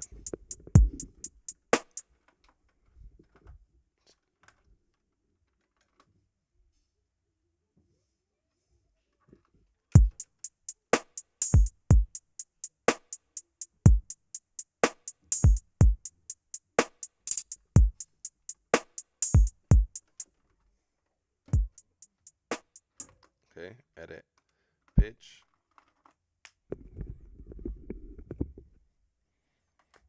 Command amp, normalize gain. It's a repetition. It's always like the same process.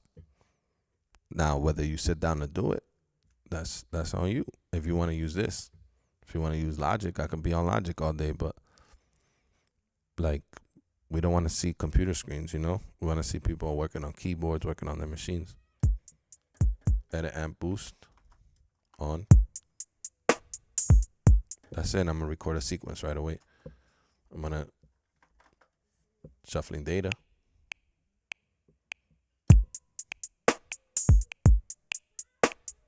And I'm not recording at 123, so I gotta go change it. I gotta go change it. Stop. I'm not gonna keep that. I gotta go side on my sequence. Change my tempo. I'm at 100.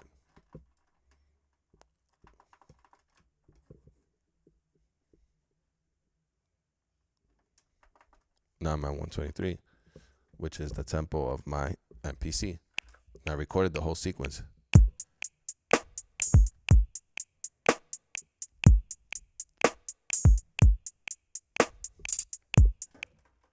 Five bars, keep, command, sequence, change sequence length, delete 1 bars at 5, yes. Command complete now.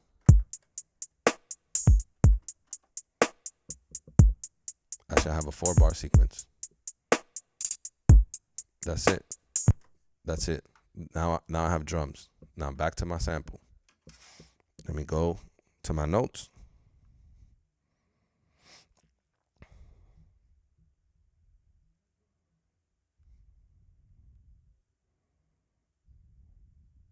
Almost deleted that, but I'm gonna hit sample, input. Let's see, where's it coming from? I gotta put up my volume on my phone. It's coming out of the right side. I'm gonna put up the input level. And I'm gonna change it because I'm only hearing it out of the left ear. So I'm gonna stop it. I'm gonna go to edit track. Pan is -99. I'm gonna change that to 0. And mix level is at 60. I'm gonna go all the way to 99. So I get a higher input into my ASR. So now I'm gonna go back to sample, input dry left, enter. Here. And I could even go FX, sample it at, let's go back, cancel, enter, FX, 30K. So now I'm down sampling. Sample, input dry left, yes, pick sample instrument 2.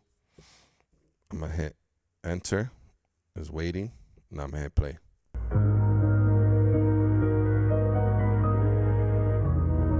You get more sample time too because you're using a lower bit rate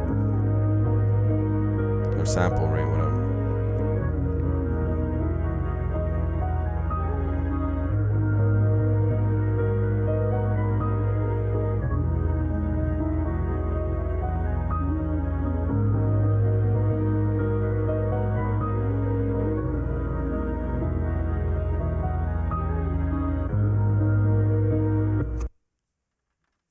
Yeah, it's like if you use a tape machine. So you could give it character by that. I've talked about that on the channel before. Let me lower the stream. Disconnect. So I've talked about that. Using the, you could be at FX select 31 voice 40K, or you could be at 23 voice 44K, or you could sample with the hall reverb on it. You could sample with, like, I could be monitoring before I sample. I could go play that sample back, right? And I could be listening to it. Let me put it back. I could be listening to it with effects before I even commit. That way I don't have to waste processing power putting effects after. So I could go voice memos, play it back. Let me see. I'll put up my volume. Effects.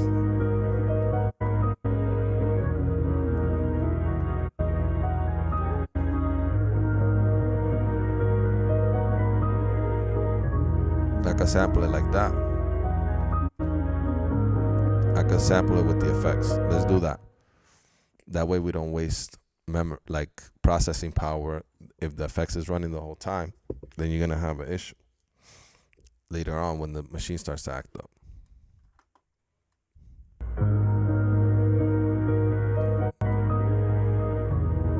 Or with the delay. I like that. Effects.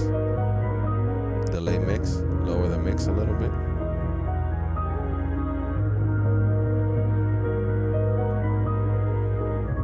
It's bouncing now.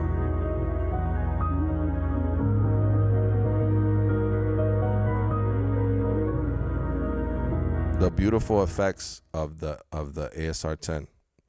That's like the DP4 effects unit inside the ASR 10. Go look up the DP4. Those that know. I bet you people in my chat, they know. So let me sample it with the effects. Sample. No, input. Not dry. Input plus effects left. I'm actually gonna, before I sample, I'm gonna delete the sample that hit the number and cancel. Instrument deleted. Because I'm gonna replace it with this version of it of effects. Pick sample instrument 2.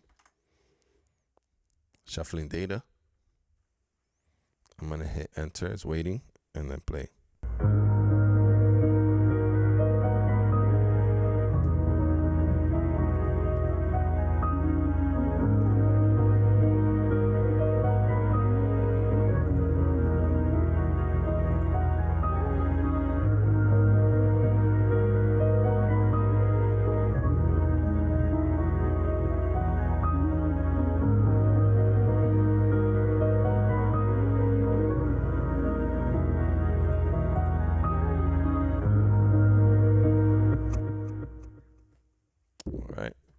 It's a long sample. So again, housekeeping. Command. Now I'm gonna take off the effects. Go back to 23 voice 44K. I know we were downsampling, but the process calls for adjusting anytime you want. Command amp. Normalize gain. Let me actually edit pitch, take off the LFO, then command amp, normalize gain. That'll be in process. That sample is long, it's gonna take longer.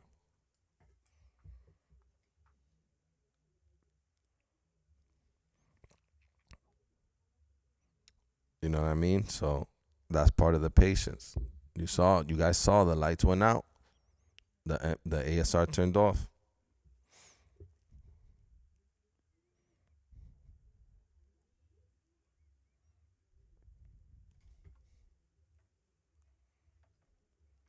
And if you guys got questions, you could ask them. If that is being processed and it's blinking, it's taking time, I could get on and answer questions. You know, thanks Heatwave for letting me know the stream is good now. Appreciate that. Data still being processed. So do you have patience to wait?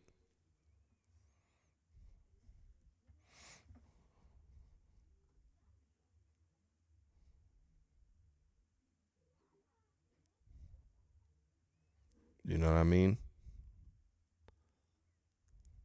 That's what's gonna test you. Whether you like get distracted or command complete. There we go. Now we could see it starts like that, and then we're gonna play it over the sample.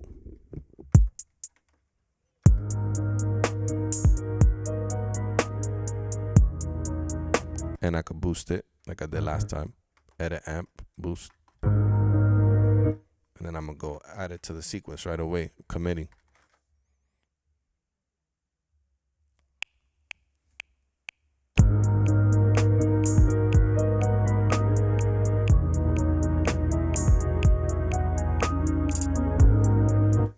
Let's see.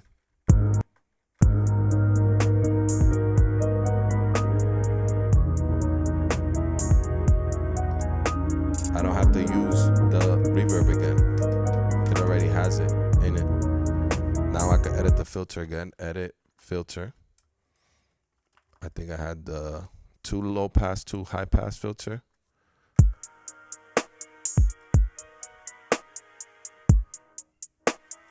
Just edit it.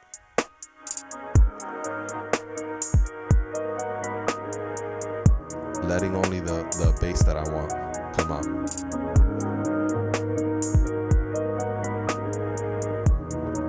Trimming some of the high end if I want to.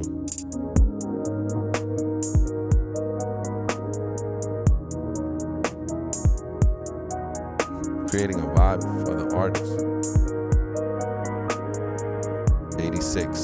Shout out 86. I'm gonna leave the top at 86. The F2 is at 55. I'm using the 2 low pass, 2 high pass. So do the drums and the sample already at 123 give you that vibe. If it does, keep going. Now we had this 808. Maybe it's too loud right here, so I'm gonna lower it.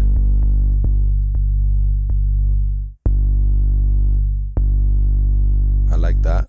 A little distorted. Go to sample, input, dry left, enter, pick sample instrument 3, hit enter, waiting, play root key. I'm gonna edit pitch to 0, command amp, normalize gain.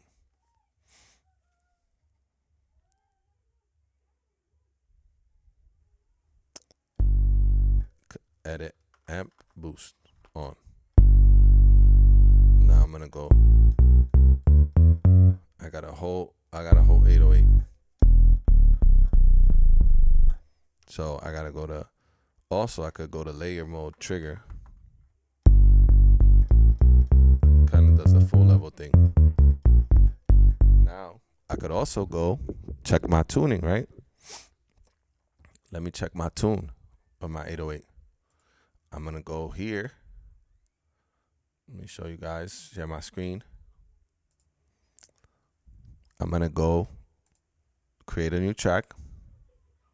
Mic, input 1 and 2, create.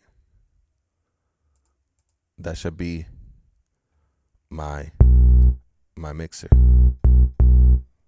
So now that I have that, I could put a tuner here, metering, tuner, and I could go C, but it's currently like I have input monitoring off. Let me turn off my mic. Hopefully, hold on, let me see. Or I could use this sometimes. There we go. I could use the tuner there.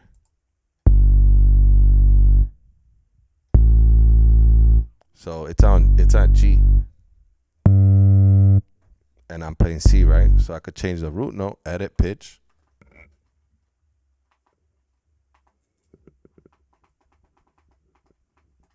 To G4. So now when I hit C, it should be C.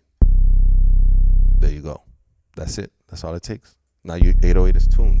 Now my 808 is tuned to the keyboard. D, E, F, G. And it's like 10 cents off. So I could fine tune it. There's a fine tune on the ASR. So now I could go, is -10. Let me go +10 on the fine tune here. Maybe a little bit less.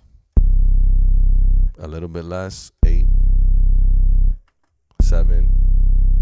That's good. have a perfectly tuned 808 right there. See?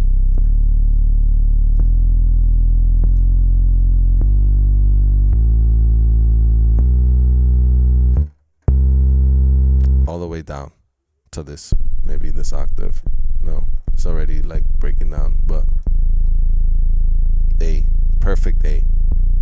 So I tuned it to +5 on the fine. So that's kind of like I'm using a tuner though. Like I'm using both.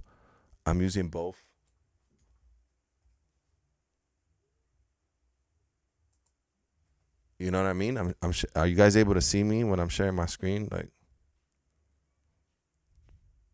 yeah. Okay, I can see it here on the live. So now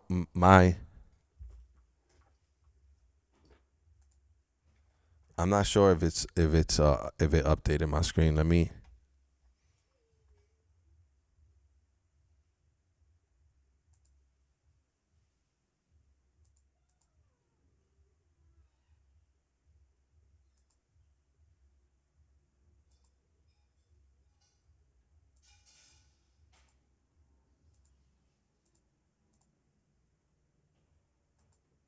There, it needed to be refreshed. But I'm using the tuner in Logic. You know what I mean?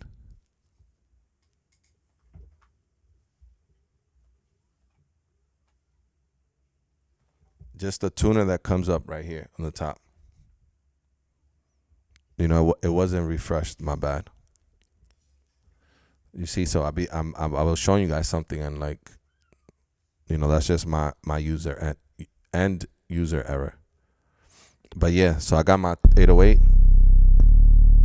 perfectly tuned, and I got the 808 from a stock sound 420 on the KL2, stock sound 420.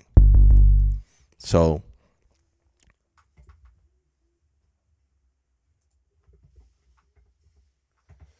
my dog is knocked out. Yeah, and then I fine tuned it using the tuner in I bet I fine tuned it using the tuner inside of Logic. So, you know, somebody was asking me how to, that's how to tune just a single shot, because the bass got to be in tune, right? But that's just an example how you could use the fine tune to, you could just settle with that it was on G, but and then putting it on C, but now you got it like to the T by using the fine tune inside the pitch, edit pitch. That's what you got to go in. You got to go in deep with these machines. You can't just leave the standard setting, you know? My fault, guys. This mic's always in the way. So now I'm playing back my sample. It's G sharp minor, I think. So I know with G minor, it's gonna be G major is this. So if I go G sharp, I gotta lower the third. It's gonna be probably, could just do G sharp. Let's see.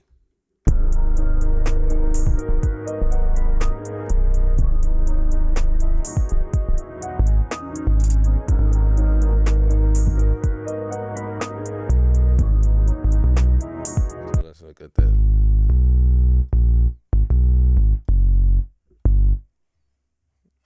And basically too, I'll go on Google and look up the G sharp minor key. I'm gonna see what notes I could play over this sample. G sharp minor scale. That's G sharp, A sharp, B. So I could do that. I got B, I got C sharp, D sharp, E, F. So then basically all the sharps except for B and E.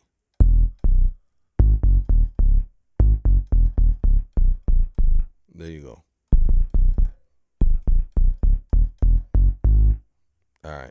Now that that's out the way, I know my music theory that I need to make this beat. Now I could go back to creating.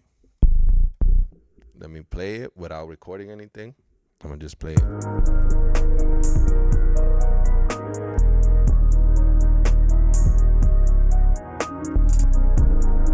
I don't like how the C sharp sounds, so I'm gonna stay away from it.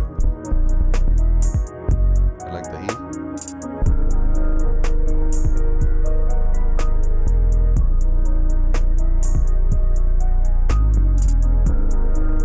You know?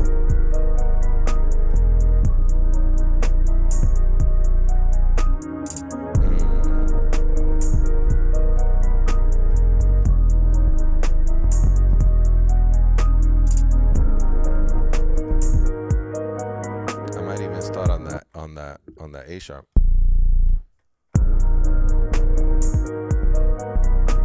Even the B.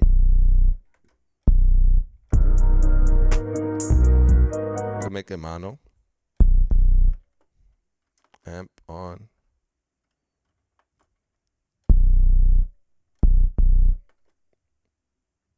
And cut more of the low end on the sample. And even on some on the drums if I wanted to.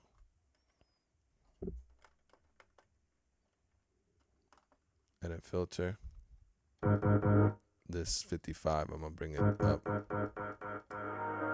to 82. So I could have my bass cut through more.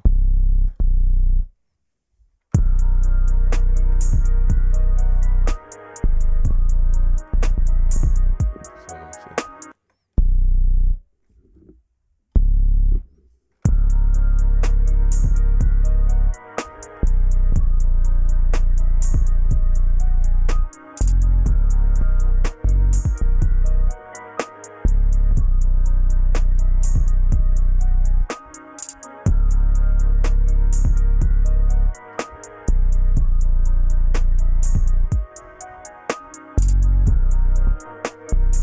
Yeah, I'm gonna just freestyle with that. And then I could also like show you how to make this. You see this? I can make that go forever. I can make that a respace if I wanted to. I go to edit wave, forward no loop. No, I'm gonna put loop forward or bidirectional. But what I'm gonna do is I'm gonna find a loop point.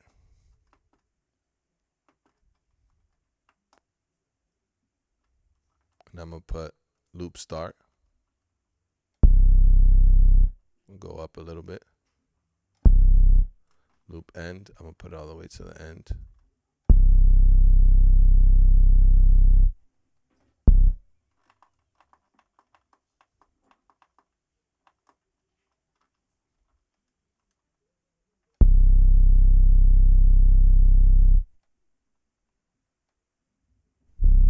You see? So I gotta change the end point of my loop. Let me go down.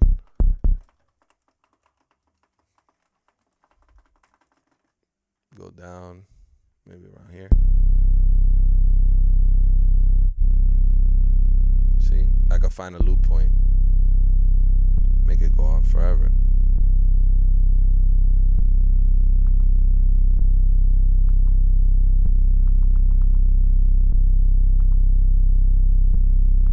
I could loop forward. That's bidirectional. You could try different loop modes. Loop forward, loop and release. Loop forward.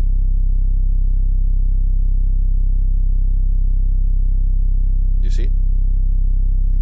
I just made a respace out of that ends. This doesn't end. So now I could play around because it's tuned.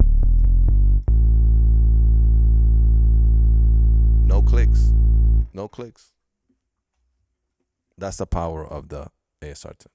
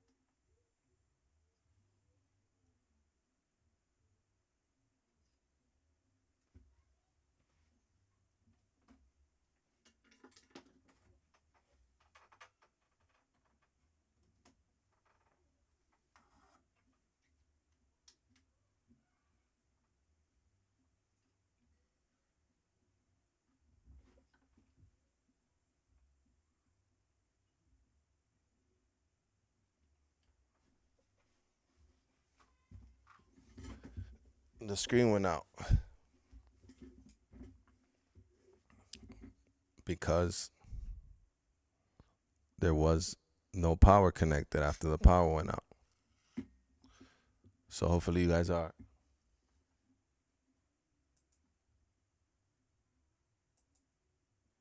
You guys are still watching. We made a base, a respace. Let me know if it's back up. I think it's back up.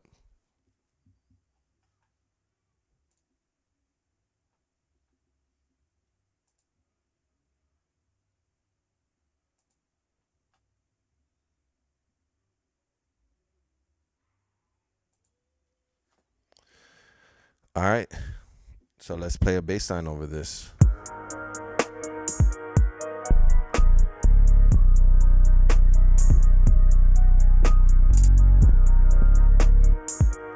Let me see. Edit sequence.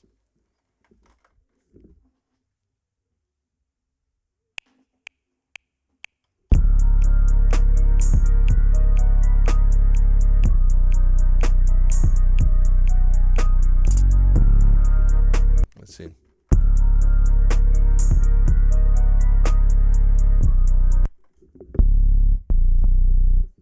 Make it move more.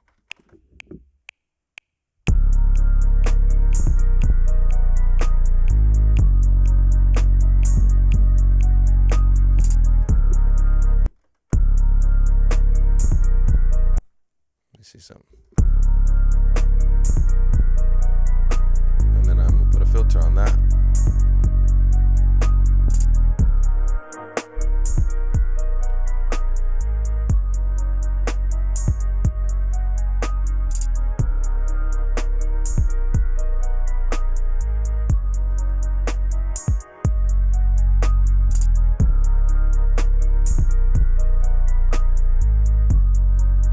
I'm mixing it as I go. Sorry about that. Sorry for the technical difficulties today. It's like the devil's trying to win every day.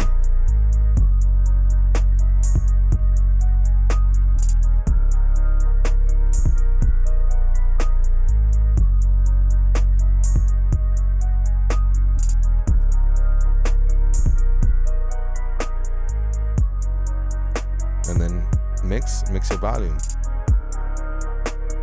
I'm playing in the key, so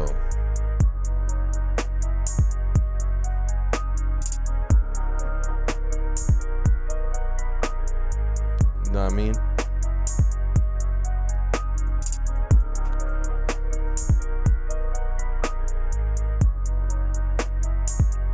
Let's go. Major keys, A major, fish. What's good, man? Cooking up.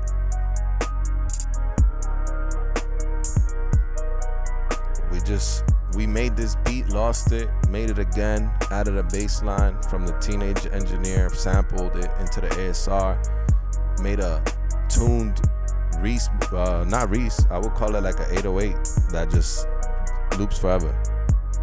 Very easy to do on the ASR 10. Now,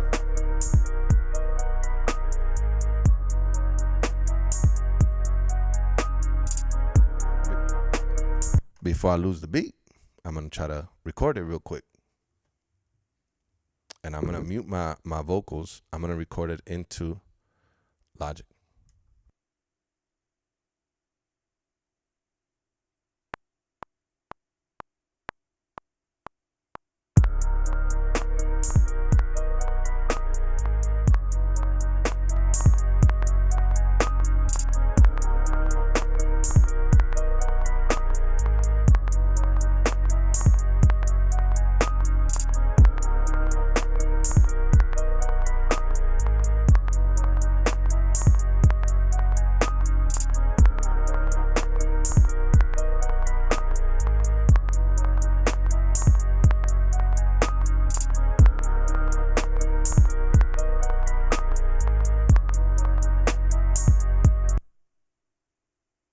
Now I'm gonna solo each part so I could get the individual parts. This is how you track out your ASR, and I'm doing it fast because the power could go out.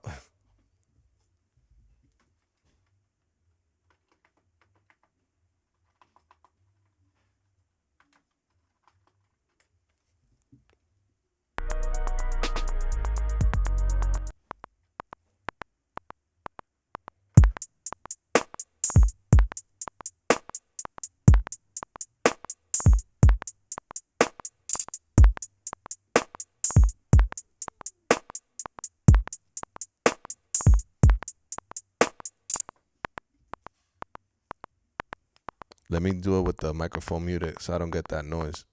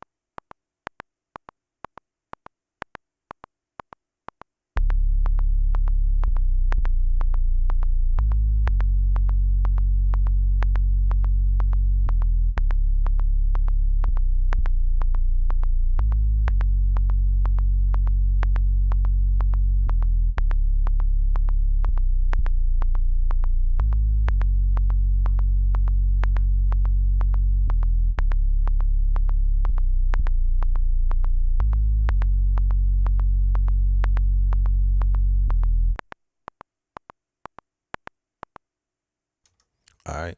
So now I'm going to save this.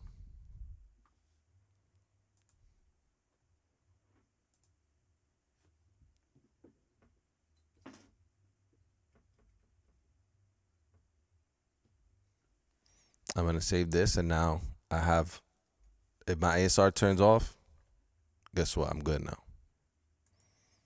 If my ASR decides to stop working, I'm good now. I got my beat inside of Logic.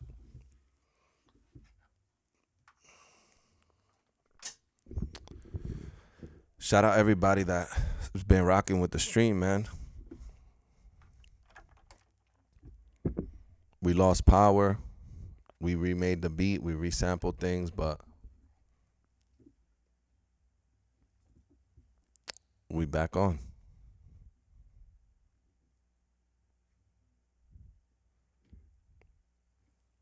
Now, my next thing would be, let me make sure I got battery on my phone so I could keep, I'm good. Camera went out. Power went out. But we kept fighting, and we was able to do the things we needed to do on those machines. And then I could get back to working Logic. Now, my process here now is that I have, let's see, put my keyboard over here.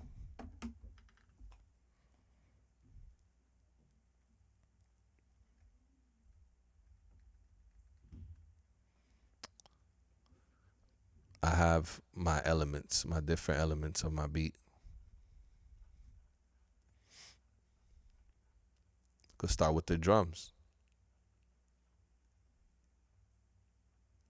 The drums, I remember here, I recorded it with the mic off. This is the beat altogether. So in case I don't like how it starts to sound in Logic, I can start.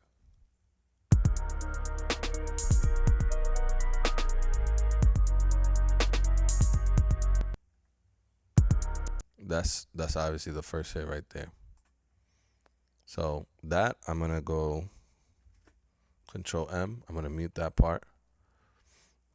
Not that. Gonna duplicate this track. And I'm gonna start naming things. Drums.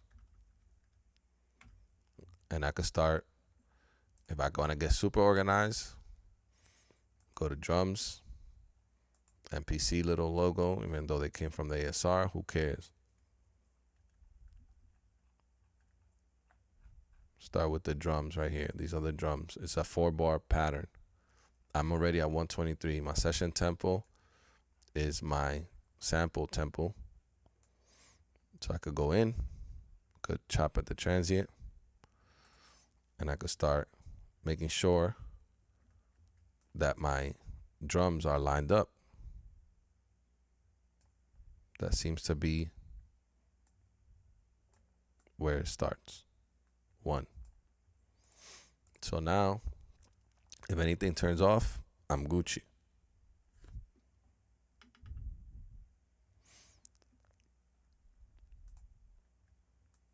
Because I got my 4-bar pattern. I think I recorded it for 8.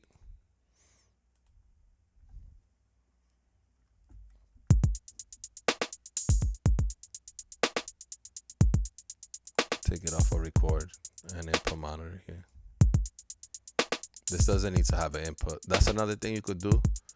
You could erase the tuner obviously here, but you could take out the input. It helps with the processing of your session, believe it or not. And you guys could correct me if I'm wrong, but if it's not reading where that there's an input or expecting one, then it's less stuff that. See my CPU up here, I try to keep that. My hard drive speed is up now because I'm streaming.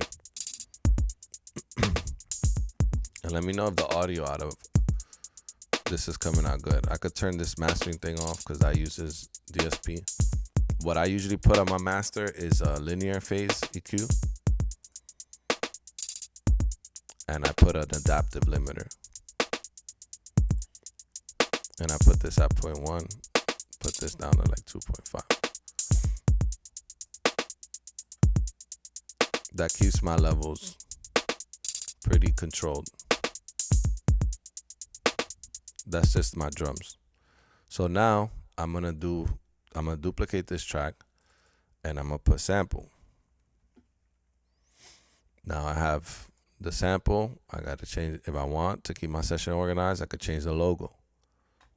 I'm gonna use like a turntable, something like that, or a keyboard because it came out of my keyboard. They got custom icons too. Could use like, I think I had before they had one of these things, but I'll just use a regular keyboard. It looks like an ASR 10 sample. So that's how you keep your sessions. You want to be more organized, you could go deep. Now I'm going to go here, take this sample out, about there. I let it play for a while. And I'm going to line it up to the drums. Now I got to recreate the beat inside of my DAW, because if you're not going to show beats to people off of your ASR all the time, you're not going to have the chance. You got to bring this to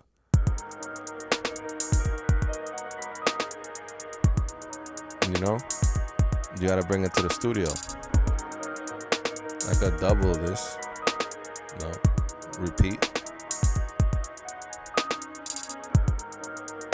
Now I got an 8-bar loop, 16-bar. I mean,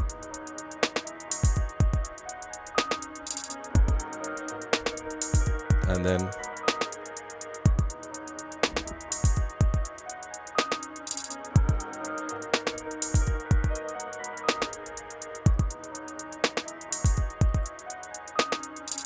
bring my bass.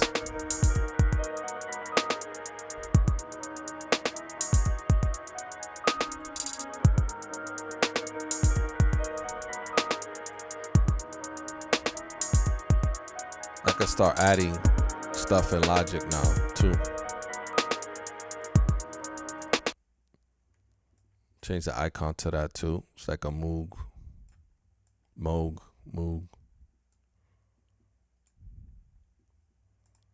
That's just, you could add your own.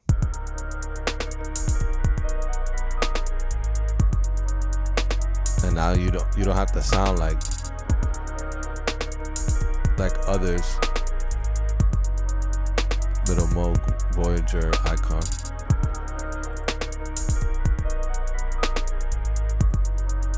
See, it ends.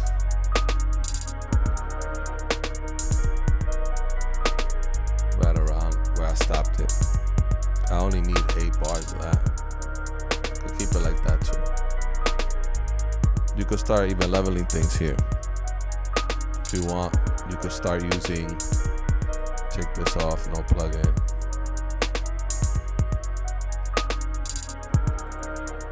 This is clipping. I could start adding effects to the drums.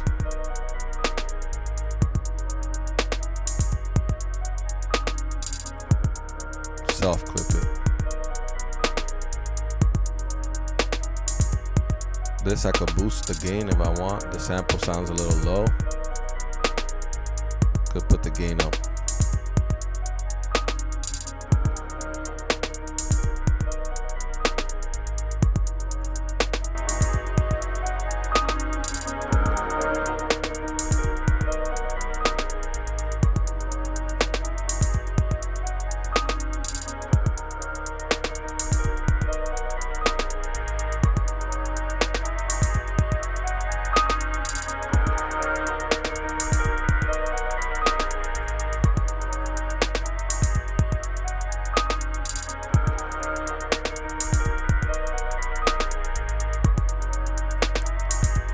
And then now I got that there. And if I want to come back, let me make sure I'm not solo. That was sounding out the ASR. It's mixing the ASR, other than the video. But now I'm in. Now I'm in this world. Okay. Could lower the bass a little bit. And my beat has the character ready, cause I printed that out. So now I could start adding whatever I want. Let me hide this. Start doing some housekeeping. Now I'm organized. Drum, sample, bass. You could add more stuff, but a rapper, I could go any rapper that likes that beat or is gonna like that beat, I could go like this. And I could say, there's 3 minutes and 28 seconds.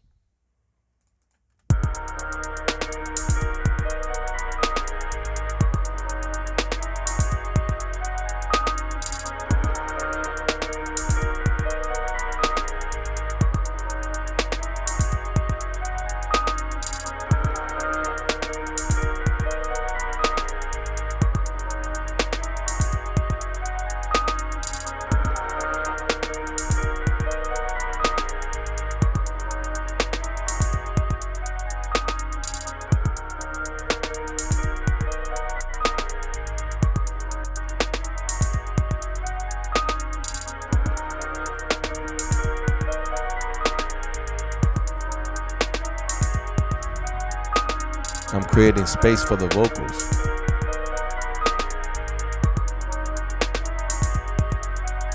The bass could use a little bit more punch.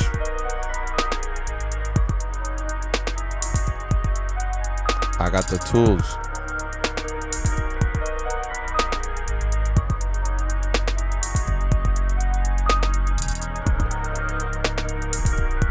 You know what I mean?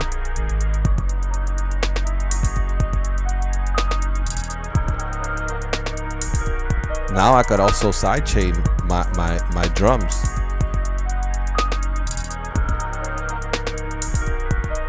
Compressor. Sidechain, audio, drums. Turn off the auto gain. You see? Lower the threshold because I only want like 3 dBs of gain reduction.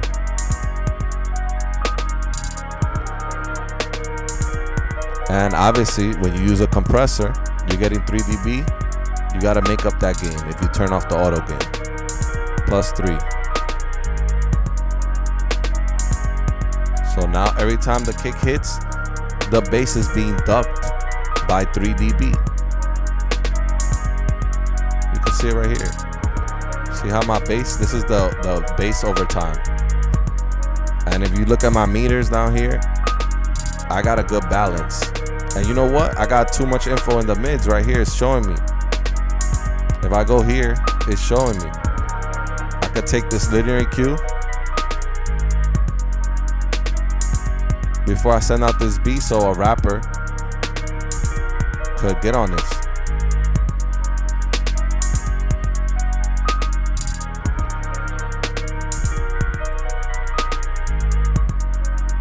And make sure I'm controlling the low end a little bit. And all you need is a little bit when you're doing it on the master, minus 1.5. And linear phase EQ is gonna make sure that you're not coming out of phase with your low end, you know. So when you're doing any EQing on the master bus, you want to use a linear EQ so that you could protect your phase. It says a linear phase EQ. Now, if you have Pro Q3, which I do have, you could go and use Pro Q3 in linear mode. But I'm using like mostly stock plugins, with the exception of Thermal and the S1 Imager, right? Any questions so far?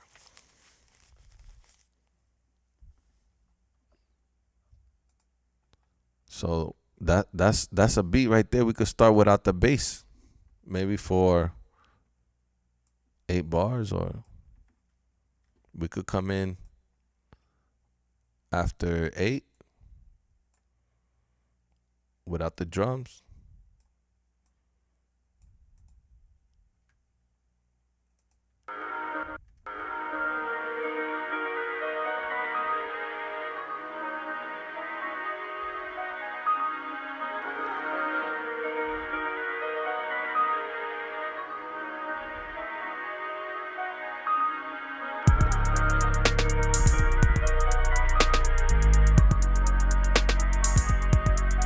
And I hear the bass being like something lower, like letting the drums really.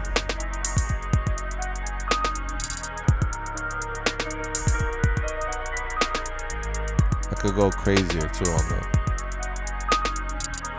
Could put. That's why we got the tools.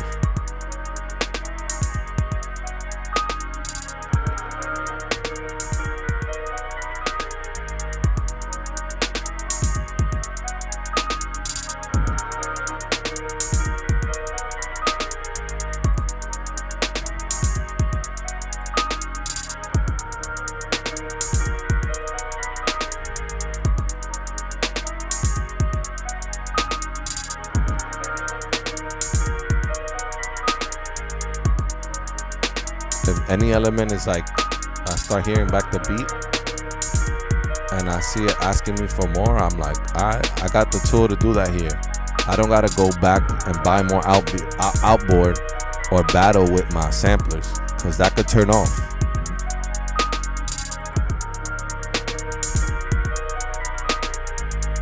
We could even go make a cut.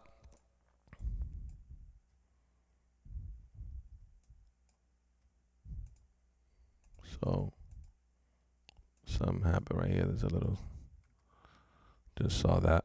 And then we got kick, hi-hat.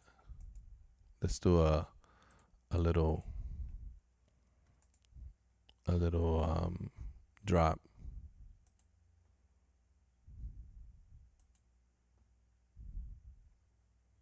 Maybe we could do like a little, mute this.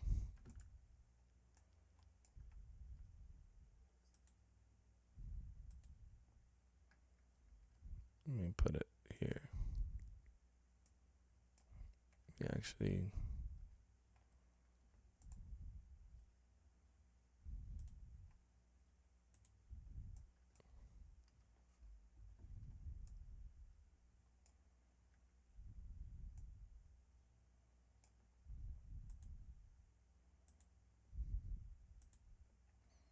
See what we could do with a cut, like a little cut before the beat drops.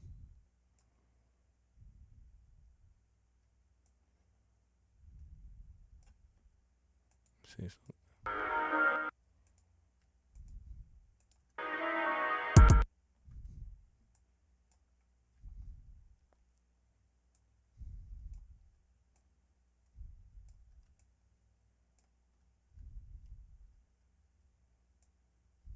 See some.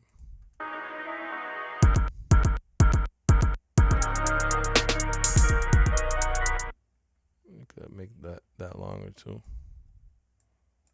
Delete this. Highlight this. Bring this back. And then I could do simple logic editing tricks.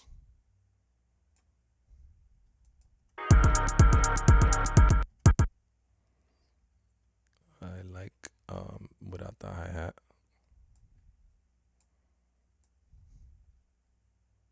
Up to there. And then here, could make this all the way like that. And I could reverse, reverse, reverse. And then I can do like a fade like this.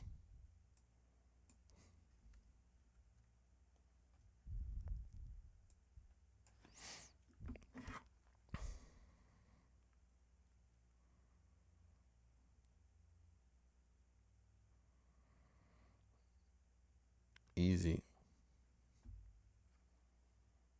And then basically like this is just a like something to make the intro sound different. On these, I could change the fade out to slow down. It's gonna give me that vinyl.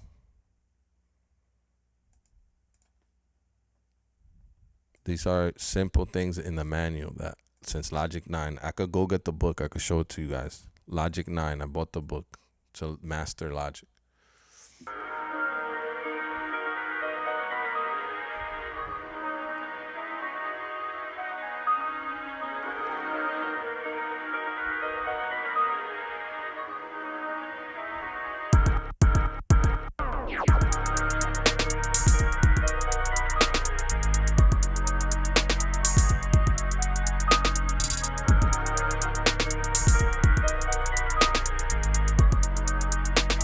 You don't have to keep it on everything because this one had a sweep. That one sounded good. I think it's the bass, or it might have been even this kick.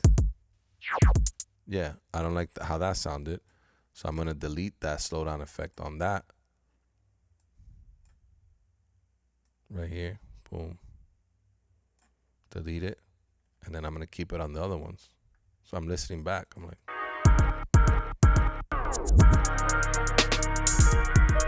and I like that reverse hi-hat was dope. Gonna kind of like double that.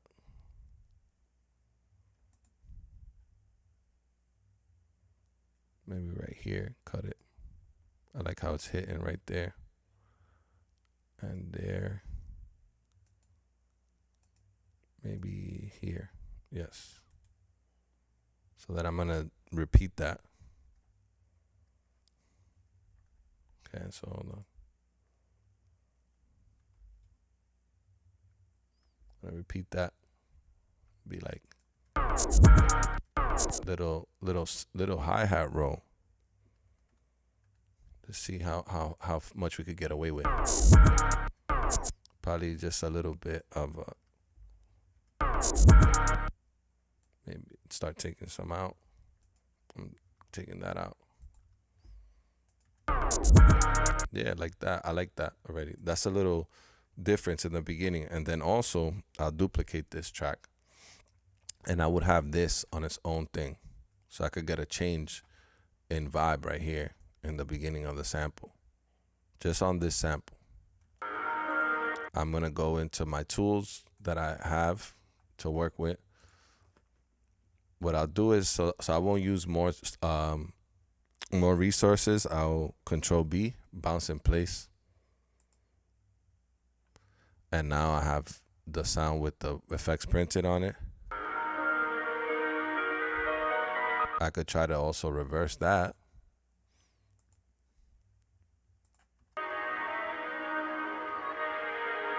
I'm gonna duplicate it. I'm gonna copy it and I'm gonna reverse a second sample of it. And what I'll do too, before I reverse it, is I'm gonna cut it at the bar. So bar 1, I'm gonna reverse them like this. Then I'm gonna start each one reverse, so that it keeps the timing of it. Otherwise, you're gonna play the back at the beginning and it's not gonna line up. And that's how you reverse in Logic. There's probably a shortcut that I don't know. In Ableton is just R.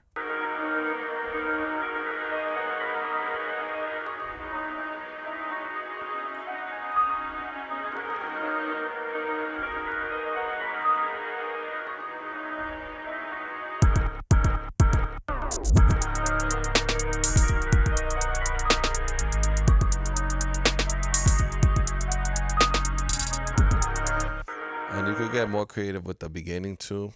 I was gonna add originally like RC20 to the beginning only. You could leave the noise on there if you want.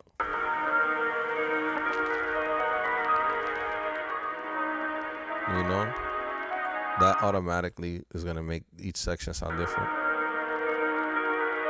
Yo, thank you, Heat. Y'all can like it if y'all want, but I just hope y'all learning.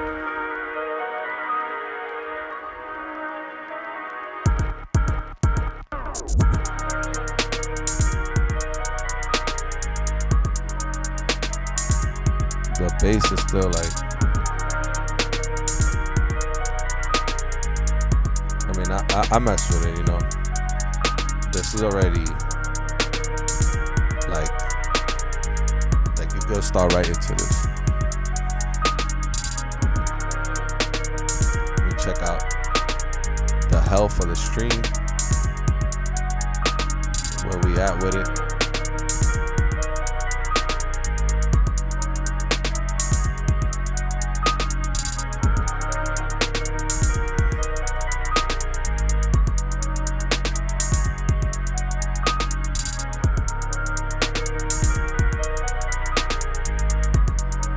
Beat 1, Sunday cook up, and we saw where we started at. We started with the ASR and the MPC.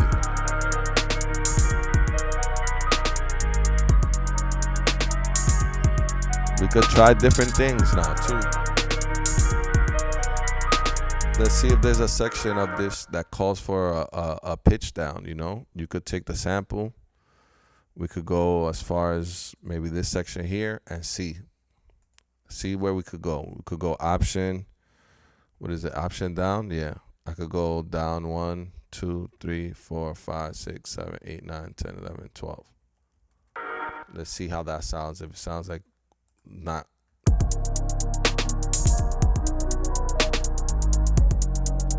You could have that layered. So what I could hear on that is making that his own thing and then repeat. And I'm gonna use that as a pad.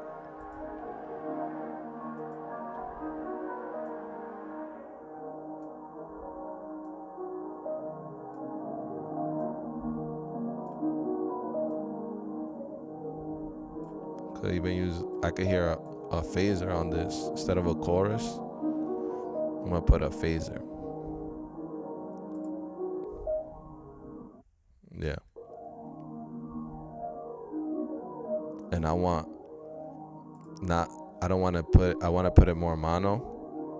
So I'm also gonna distort this. See what some of the presets, maybe an electric guitar. I want more distortion. Not that much.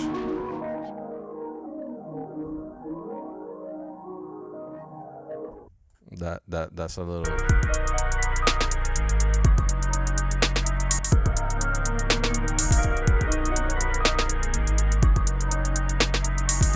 I'll have that from the top. Let me make sure I'm lined up here.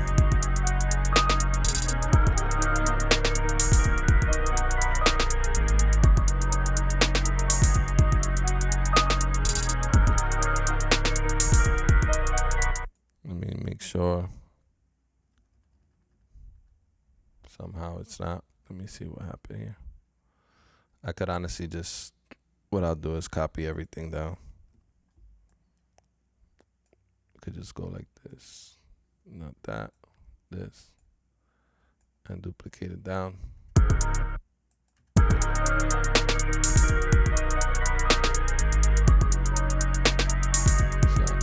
I kind of want that pad under it now.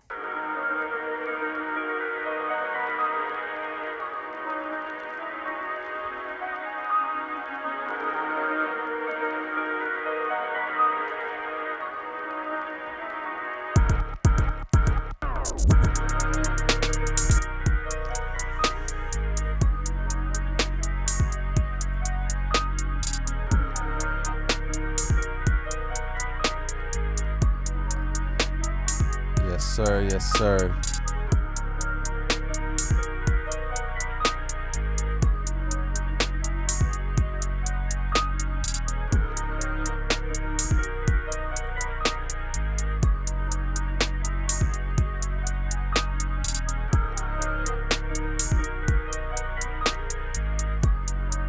Yeah, I'm gonna let the beat ride.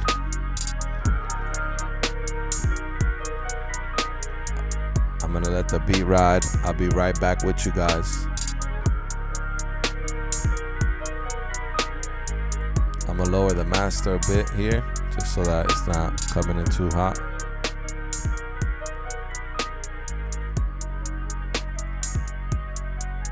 I'm gonna let the beat rock. And I'm gonna share my screen. You guys can see everything from the ASR and the MPC and the KO2.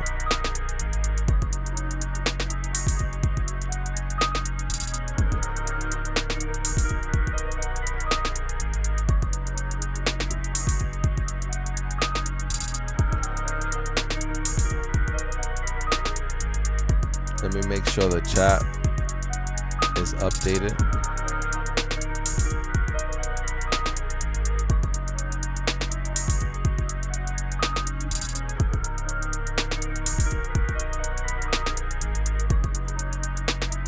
I'm gonna add the chat again.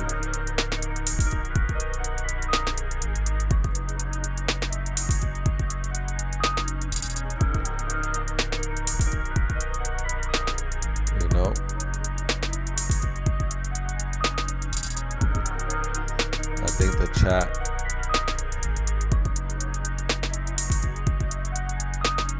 the chat, obviously, my fault.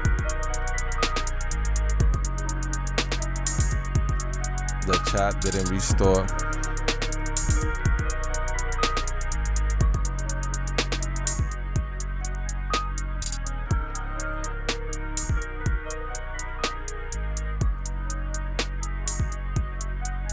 Let me try to add the chat again.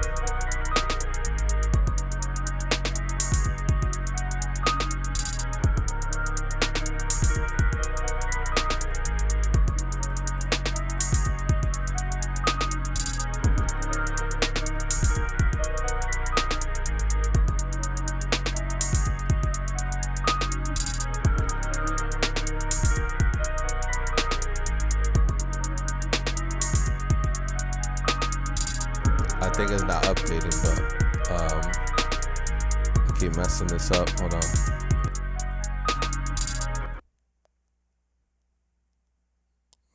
Let me make sure I'm on loop here. Give you guys something to vibe to. Technical difficulties. Let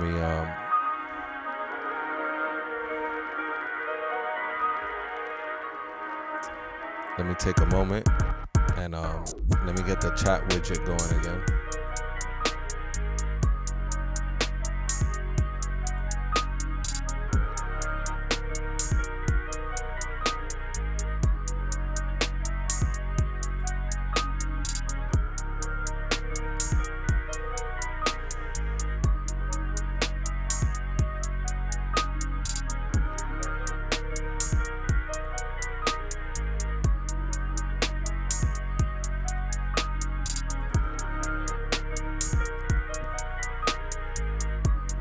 Let me know who y'all will hear on this.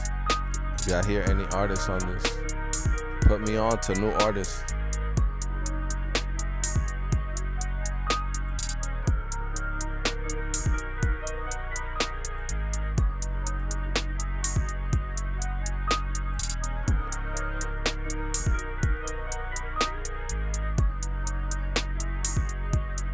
Shout out to everybody tuning in, man.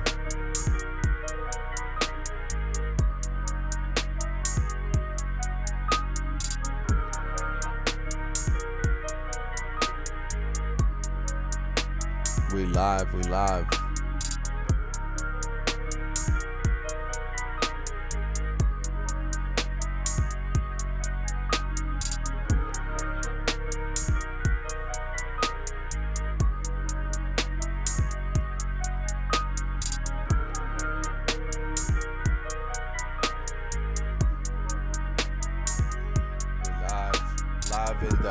Live and direct. I'm trying to get the chat to be updated.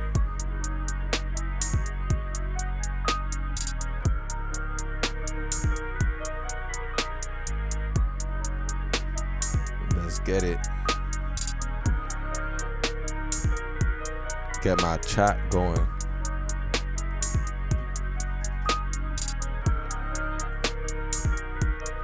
On the stream. Keep me posted on the image. If everything is showing up the way that I see it.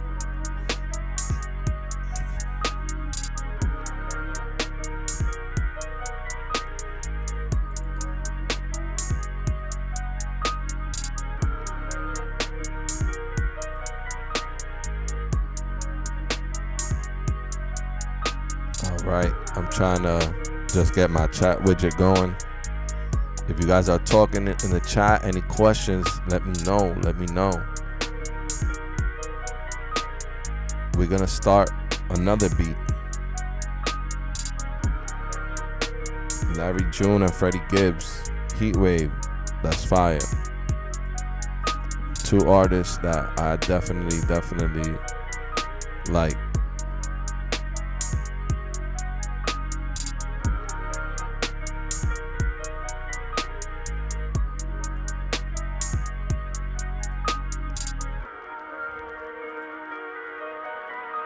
We had a drop like that. We could add a drop earlier. So after 49 beats, 49 bars, I mean. And then we won't keep that. Like after there, we could go have it drop into that.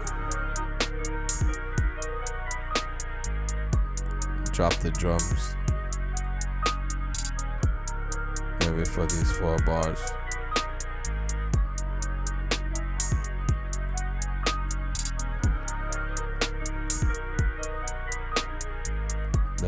Let me add the chat, man, in the chat so I can share my screen again.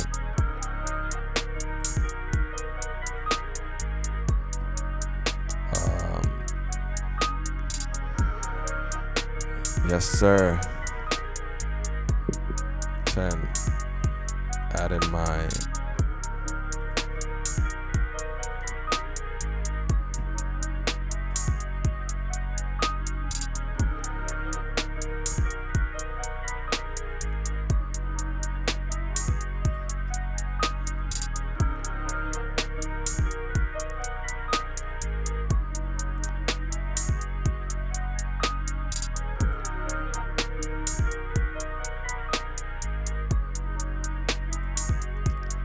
yes. Chat box. Skip. Let's see. Copy widget. My chat box.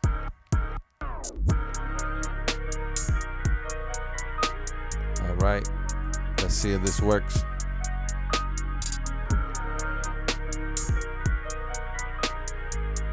Add in the chat box.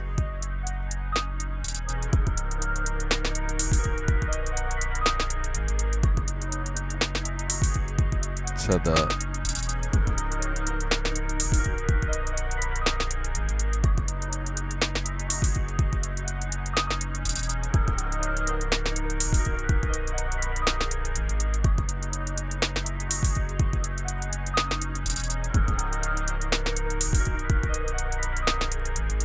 Not sure.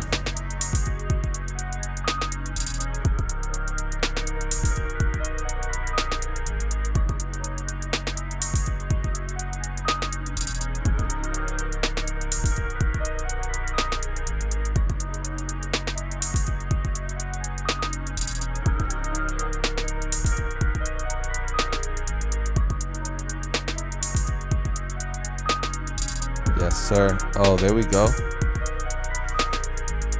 So yeah, the chat is coming up now. I can minimize this other chat.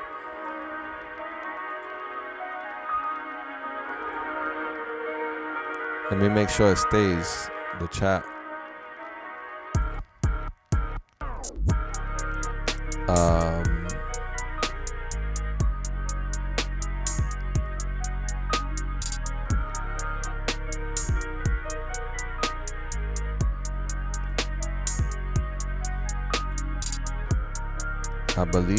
I believe it's good now.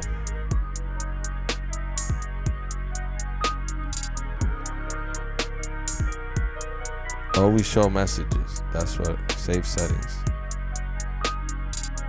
Alright. Let me try that again.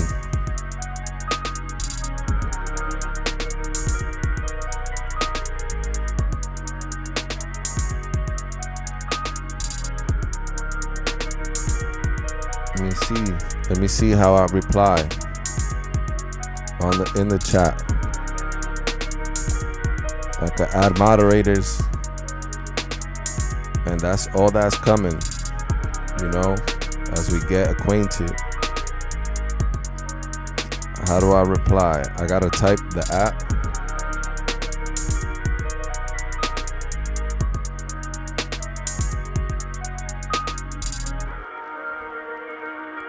Why you been bamboozled, Nino Tritone?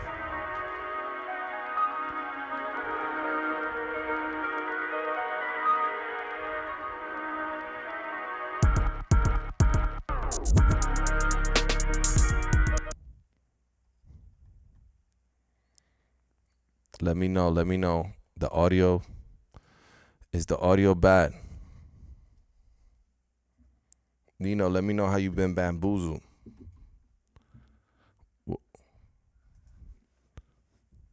All right, now I'm seeing the chat.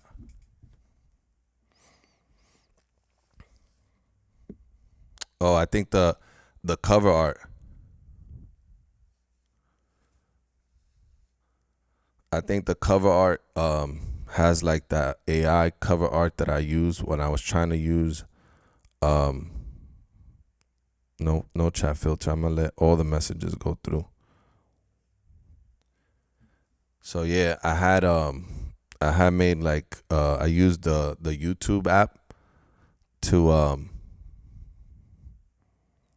let me see my phone. Let me look at the chat because I can't read it in that screen. That screen's too small. No. We were working on the ASR. It's just when you came in. We still got the ASR on. We got the sample. We got the drums. You're not bamboozled. You just came in at a different timing when the beat is already inside of Logic. We chopping it up. You have not been bamboozled, sir. And I know you just kidding, man. But yeah, that's that beat. I'm just saving my work, but we back on it. Let me hit save. And let me open up a new Logic template. New Logic, no template. I just start Logic. There we go. And the ASR is on. Oh, the XL is there too, yeah, for sure.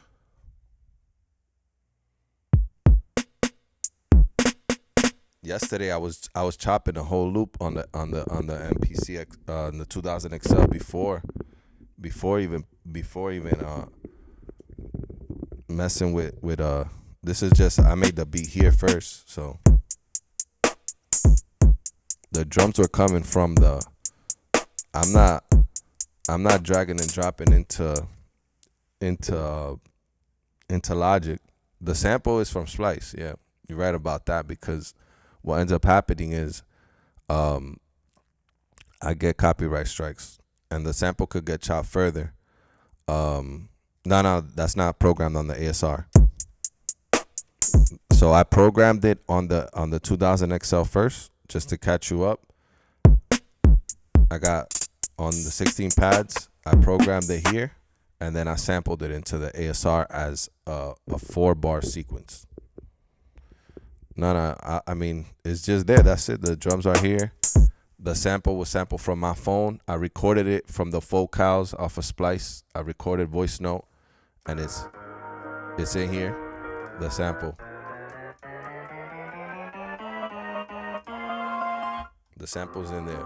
And then I took a bass out of the KO2, and I looped it so that we have an infinite bass coming out of the ASR 10. And then we played a bass line. You know what I mean? It's just by the time you got to the cook up, I'm already bouncing it into Logic. So but I made the beats on the ASR, and it was a quick beat, because I'm trying to show you guys, or people that come in, that it's not hard to just get an idea down with a loop and a drum pattern, and then you can add bass. Then you can start adding effects by throwing it into your DAW. But yeah, you could hear the swing. You could hear the swing.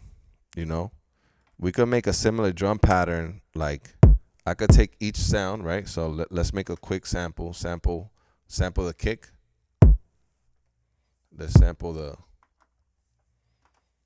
the kick right here. Let's go back to sample. Pick sample instrument 4. That's empty.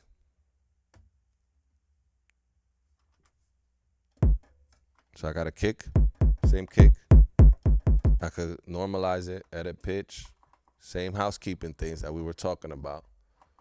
And we could see the swing. Command amp, normalize gain.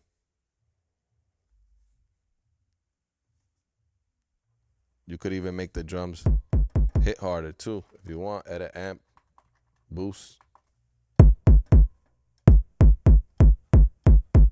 Does it hit harder? It's the same sample. ASR, MPC. Now the swing, we go the sample that snare now until the next wave sample. Edit, pitch, the range. Let me change the range to C. Now edit layer to trigger. Now I don't have anything else, just my kick on C1. I'm gonna create a drum kit with these, so I could program it in the ASR. Sample, input, dry left, pick sample instrument 4, new wave sample, enter. Now I'm gonna play the root key, this. Again, edit pitch. I need to take off the LFO, and then command amp, normalize gain, enter. Command complete, edit amp boost, on. So now I got my kick from my MPC as one shots. I did the pattern earlier with the swing of the MPC. You could hear it, I could tell, yeah.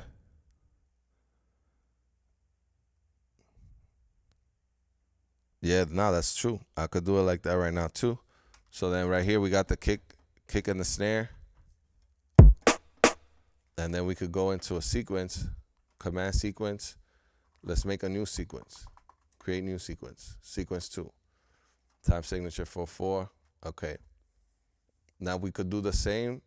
Let's do a different pattern so we could see how we could start another idea with the same drums, similar drums. Edit sequence 2. I'm gonna go to 124. I like this tempo recently. 124. Let me do a pattern.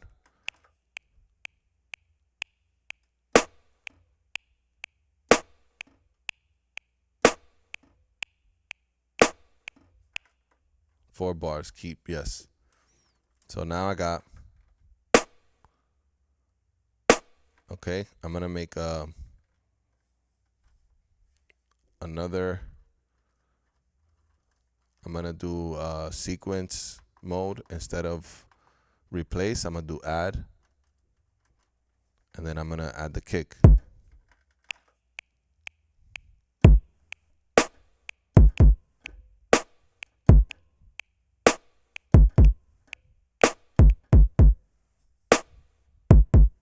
Let's see. And that track, command track, quantize it to 116.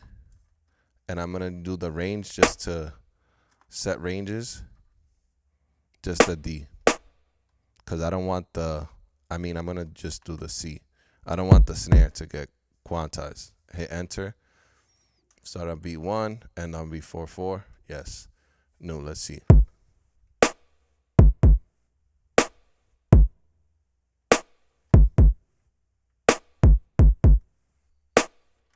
Okay, so now I'm gonna get a hi-hat. This one. I'm gonna sample that.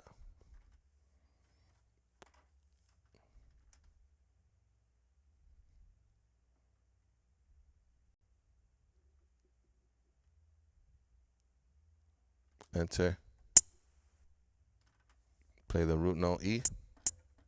Same thing. Command, edit amp pitch, LFO 0, edit, command amp, normalize gain. Now we have a kick snare hi-hat. Edit boost on. All right, I'm gonna add that to the sequence, edit sequence, and I'm gonna just do regular 2-step.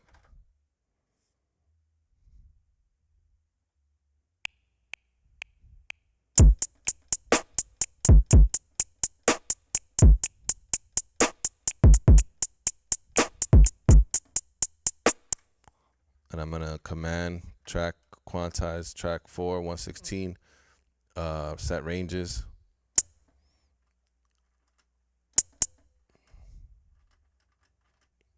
Doing it.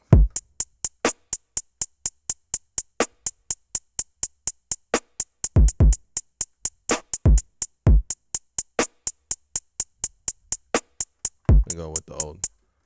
The other way too is that every track has its own. You could quantize this track, command that range. So let's do that again. And I'm gonna actually go back into replace. Enter.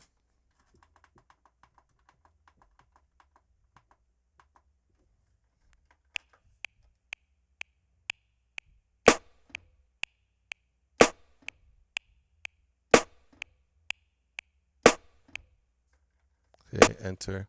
I'm gonna quantize everything to 1/8 so that my snare and I'm gonna use actually live hi-hats. Entire track. Enter. Then I'm gonna do my kick. No, old, because I'm gonna add now. Add.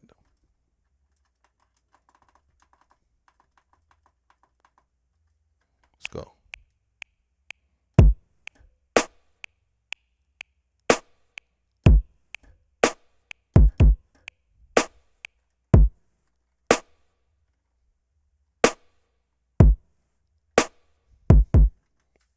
And then add the hi-hat.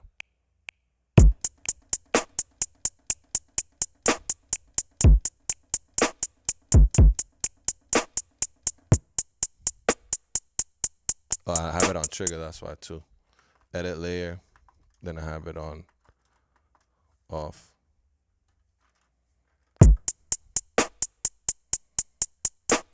Okay, and then I'm gonna go back to the sequence. Let's do 16 notes.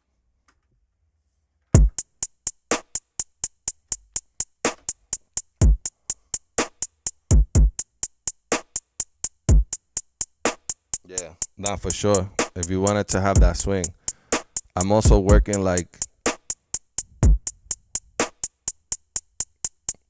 without moving, just quantizing the sample, and then let's say like what I was showing people you could do too while you're looking for samples is now I'm at 124.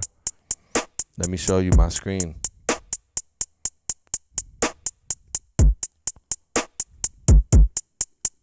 So now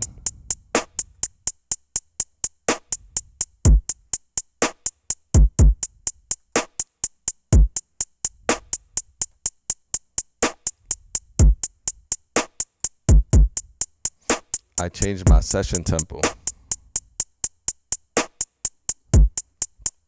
to 124, and I could add, let's say I wanna listen to samples that could go over this drum loop. Before I commit to samples, I could just go empty channel strip, Control Command P, and look at Splice Bridge.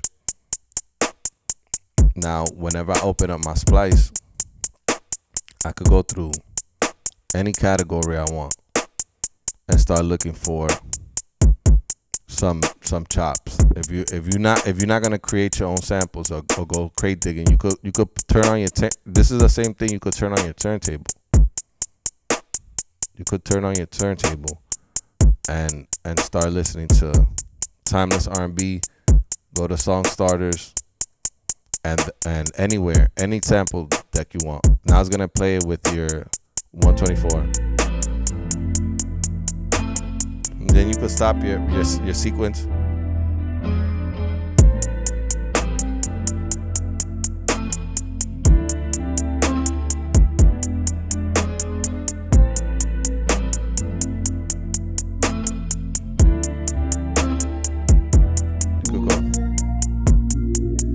Any sample you listen to is gonna be on time for the most part. If anything jumps out at you, you can start immediately getting rid of beat block.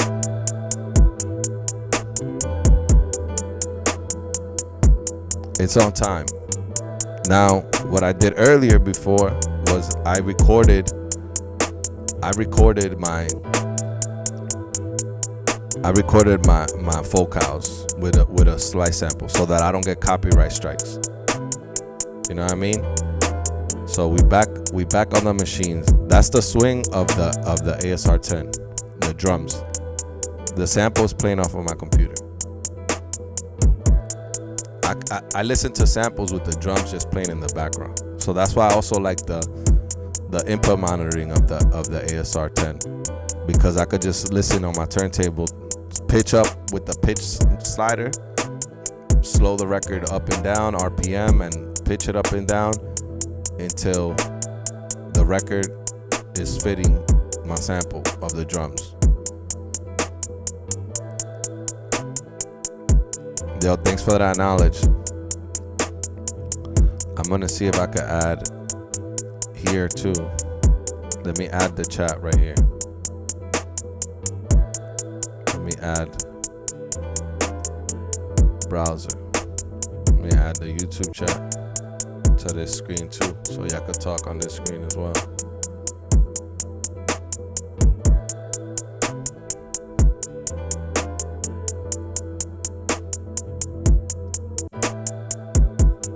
I believe I added the chat.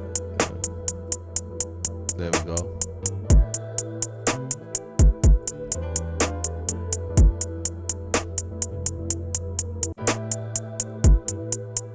Yeah, the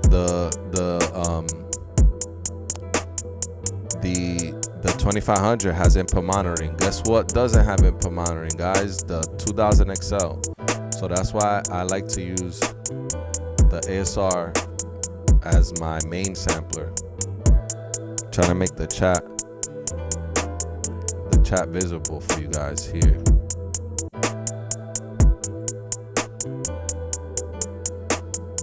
Thank you, Nino Tritone, for your input, for the questions you asked, the good questions, and the knowledge that you're putting on here.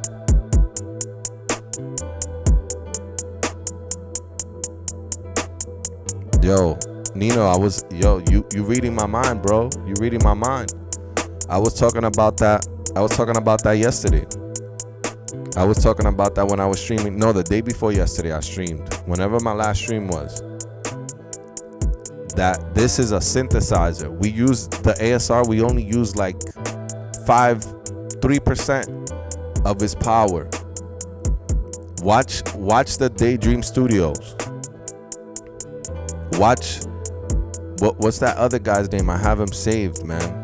It's like it starts with an R. He makes pads. He makes the ASR sound like a prophet. We have it mastered. And when I say we, I say hip hop for the most part and myself. I'm not talking about everybody. Maybe you know how to make, like those are people that if you want that kind of content, you could get that information and you could work this machine until it gives you that sound. Playing back a sample, this is light work. That's why people love working. This is 8 tracks. This is light work.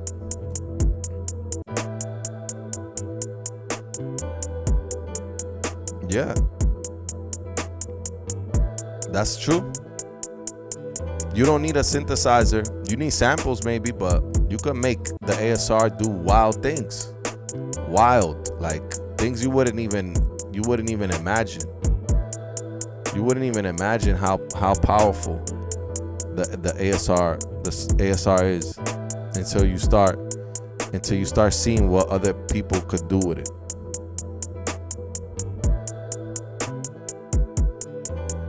I'm gonna try to find the other guy for you guys.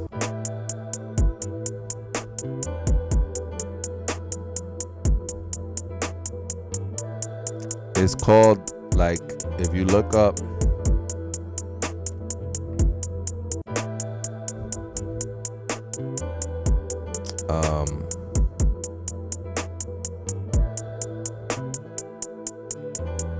he talks about it, the Daydream also, how to make trans wave on the ASR 10. There's another guy. I had his videos. I know if I look deep in YouTube,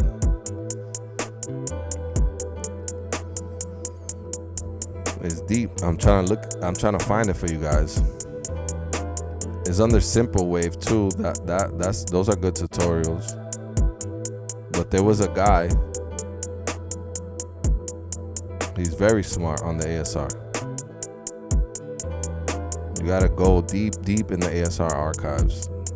Like, I've scoured YouTube for everything. That's why I try to make content that's unique to my process. I don't claim to be a guru on the ASR. I can't find it, man, right now. I'm looking. When I find it, I'll shout him out. If anybody else knows what I'm talking about. The dude moves through the ASR like a machine. And he does not, he's not always able to show his screen, obviously. Oh, Don Solaris. Yes. Don Solaris works for Omnisphere. So, come on, man. He works for Spectrasonics, or at least I know he has. You know what I mean? Let me turn off this sample, cause I'm about to talk to you guys for a little bit, and then I'm gonna head back to keep going. Maybe I'll get on the stream later on today. Been streaming for how long now? Let me check. It's not, I love doing this. Let me see. We got the stream going. I don't even know for how long. Anyways. What it says here. Does it tell me the time? I don't know.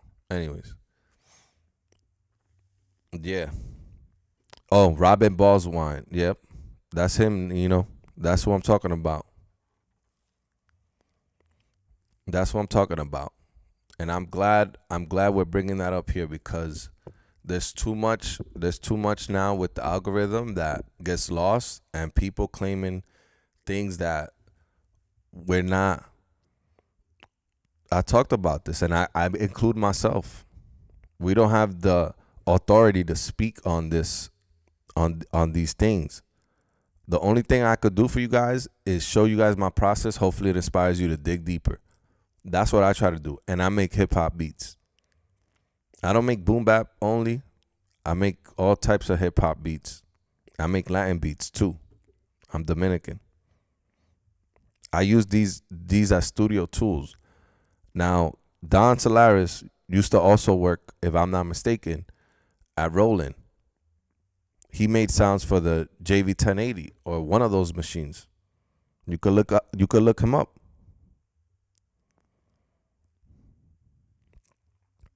Yeah, no, it's true. Sometimes I try not to, that's why I started on both samplers before I got into Logic. Nah. ASR. When I say ASR beat, I try to put it in the title. When I cook in FL, if I'm gonna cook in FL, I put it in the title so that it's not clickbait. I don't I don't do it for views. I don't do it for likes. I hope the channel keeps growing just so we could talk about these things. We could talk about the power of these samplers. But yeah, man, like Don Solaris, if I think I went to his website specifically, he programmed some sounds in Omnisphere. So some of the patches that you hear in Omnisphere is him. Beast on the ASR 10. And he also programmed a lot of sounds for Roland,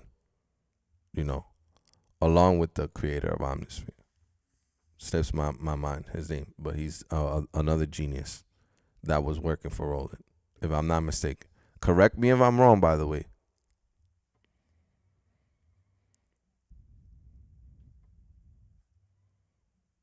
Thank you, my brother. Thank you for your condolences.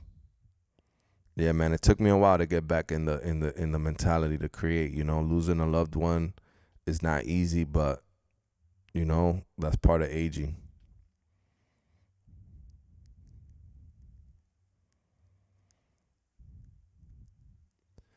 Yeah. Nah, I mean, I don't own that many samplers, and I used all three that I own, today for this beat. It's not like the craziest beat in the world, but I got a few friends that are rappers that'll get on those beats, I used the 2000 XL, I used the Teenage Engineering for the bass, sampled into the ASR, made like an infinite bass, whatever you want to call it. And yeah, like we used all three. That's why sometimes I don't feel like, you know what I'm saying?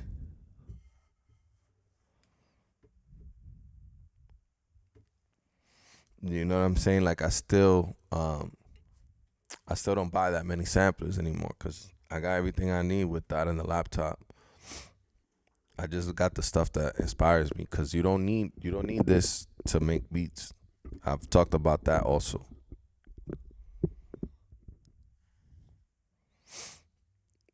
In the samplers.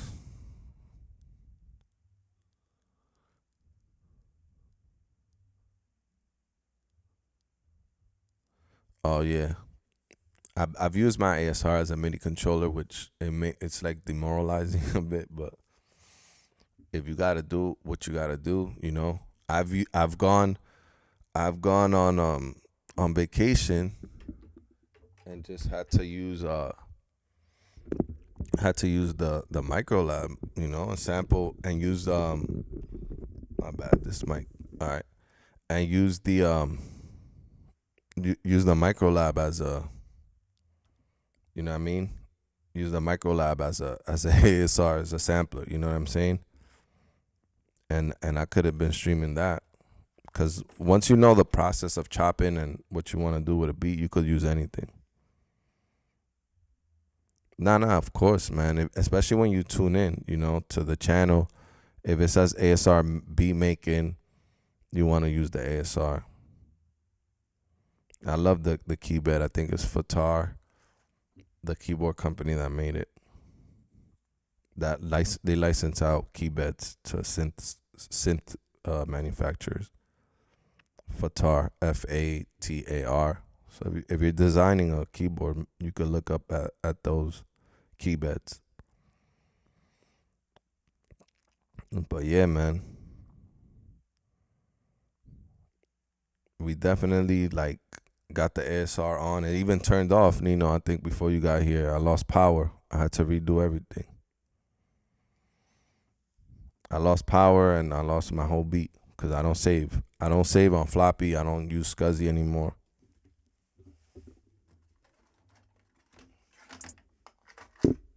I got this. I paid $70 for this Zulu to SCSI. Let me know if y'all know what this is. Y'all got this.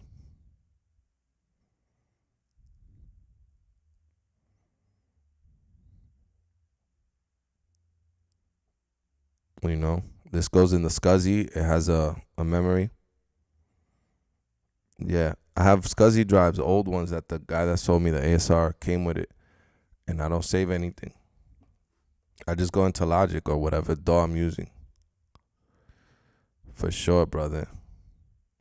This thing confuses me, man. This Zulu SCSI thing confuses the. I spent like whatever it was, $70 on that. Cause that could be a lifesaver, you know. My keyboard had just turned on, my samples all gone. Had to redo it. But it's nothing. We cooking up. But yeah, I'm gonna take a break, man. I'm gonna have some lunch. I've been cooking up for a few hours. And I'm just trying to show the process, you know. It's not gonna be a banger every time. I thought it was a good beat. Thank you, Nino. I'm gonna definitely hit you up for that. So I'm gonna be back on hopefully tonight. I could do a late night cook up.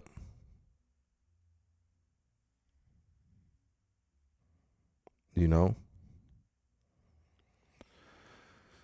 And I'll be back on to interact with you guys.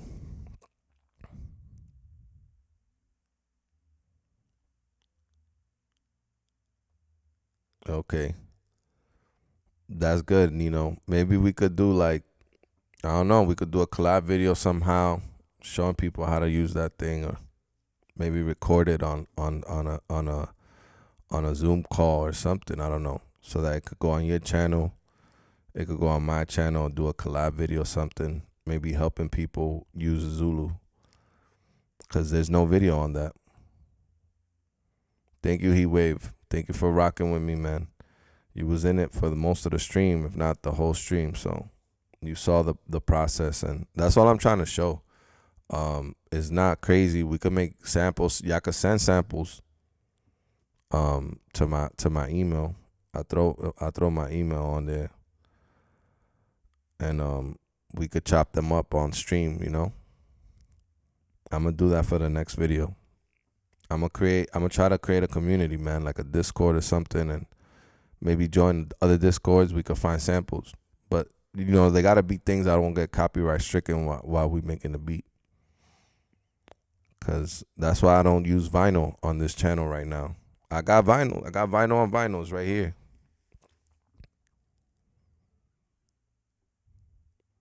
Thank you, Nino. Yes. This is I come from that world of working in actual studios.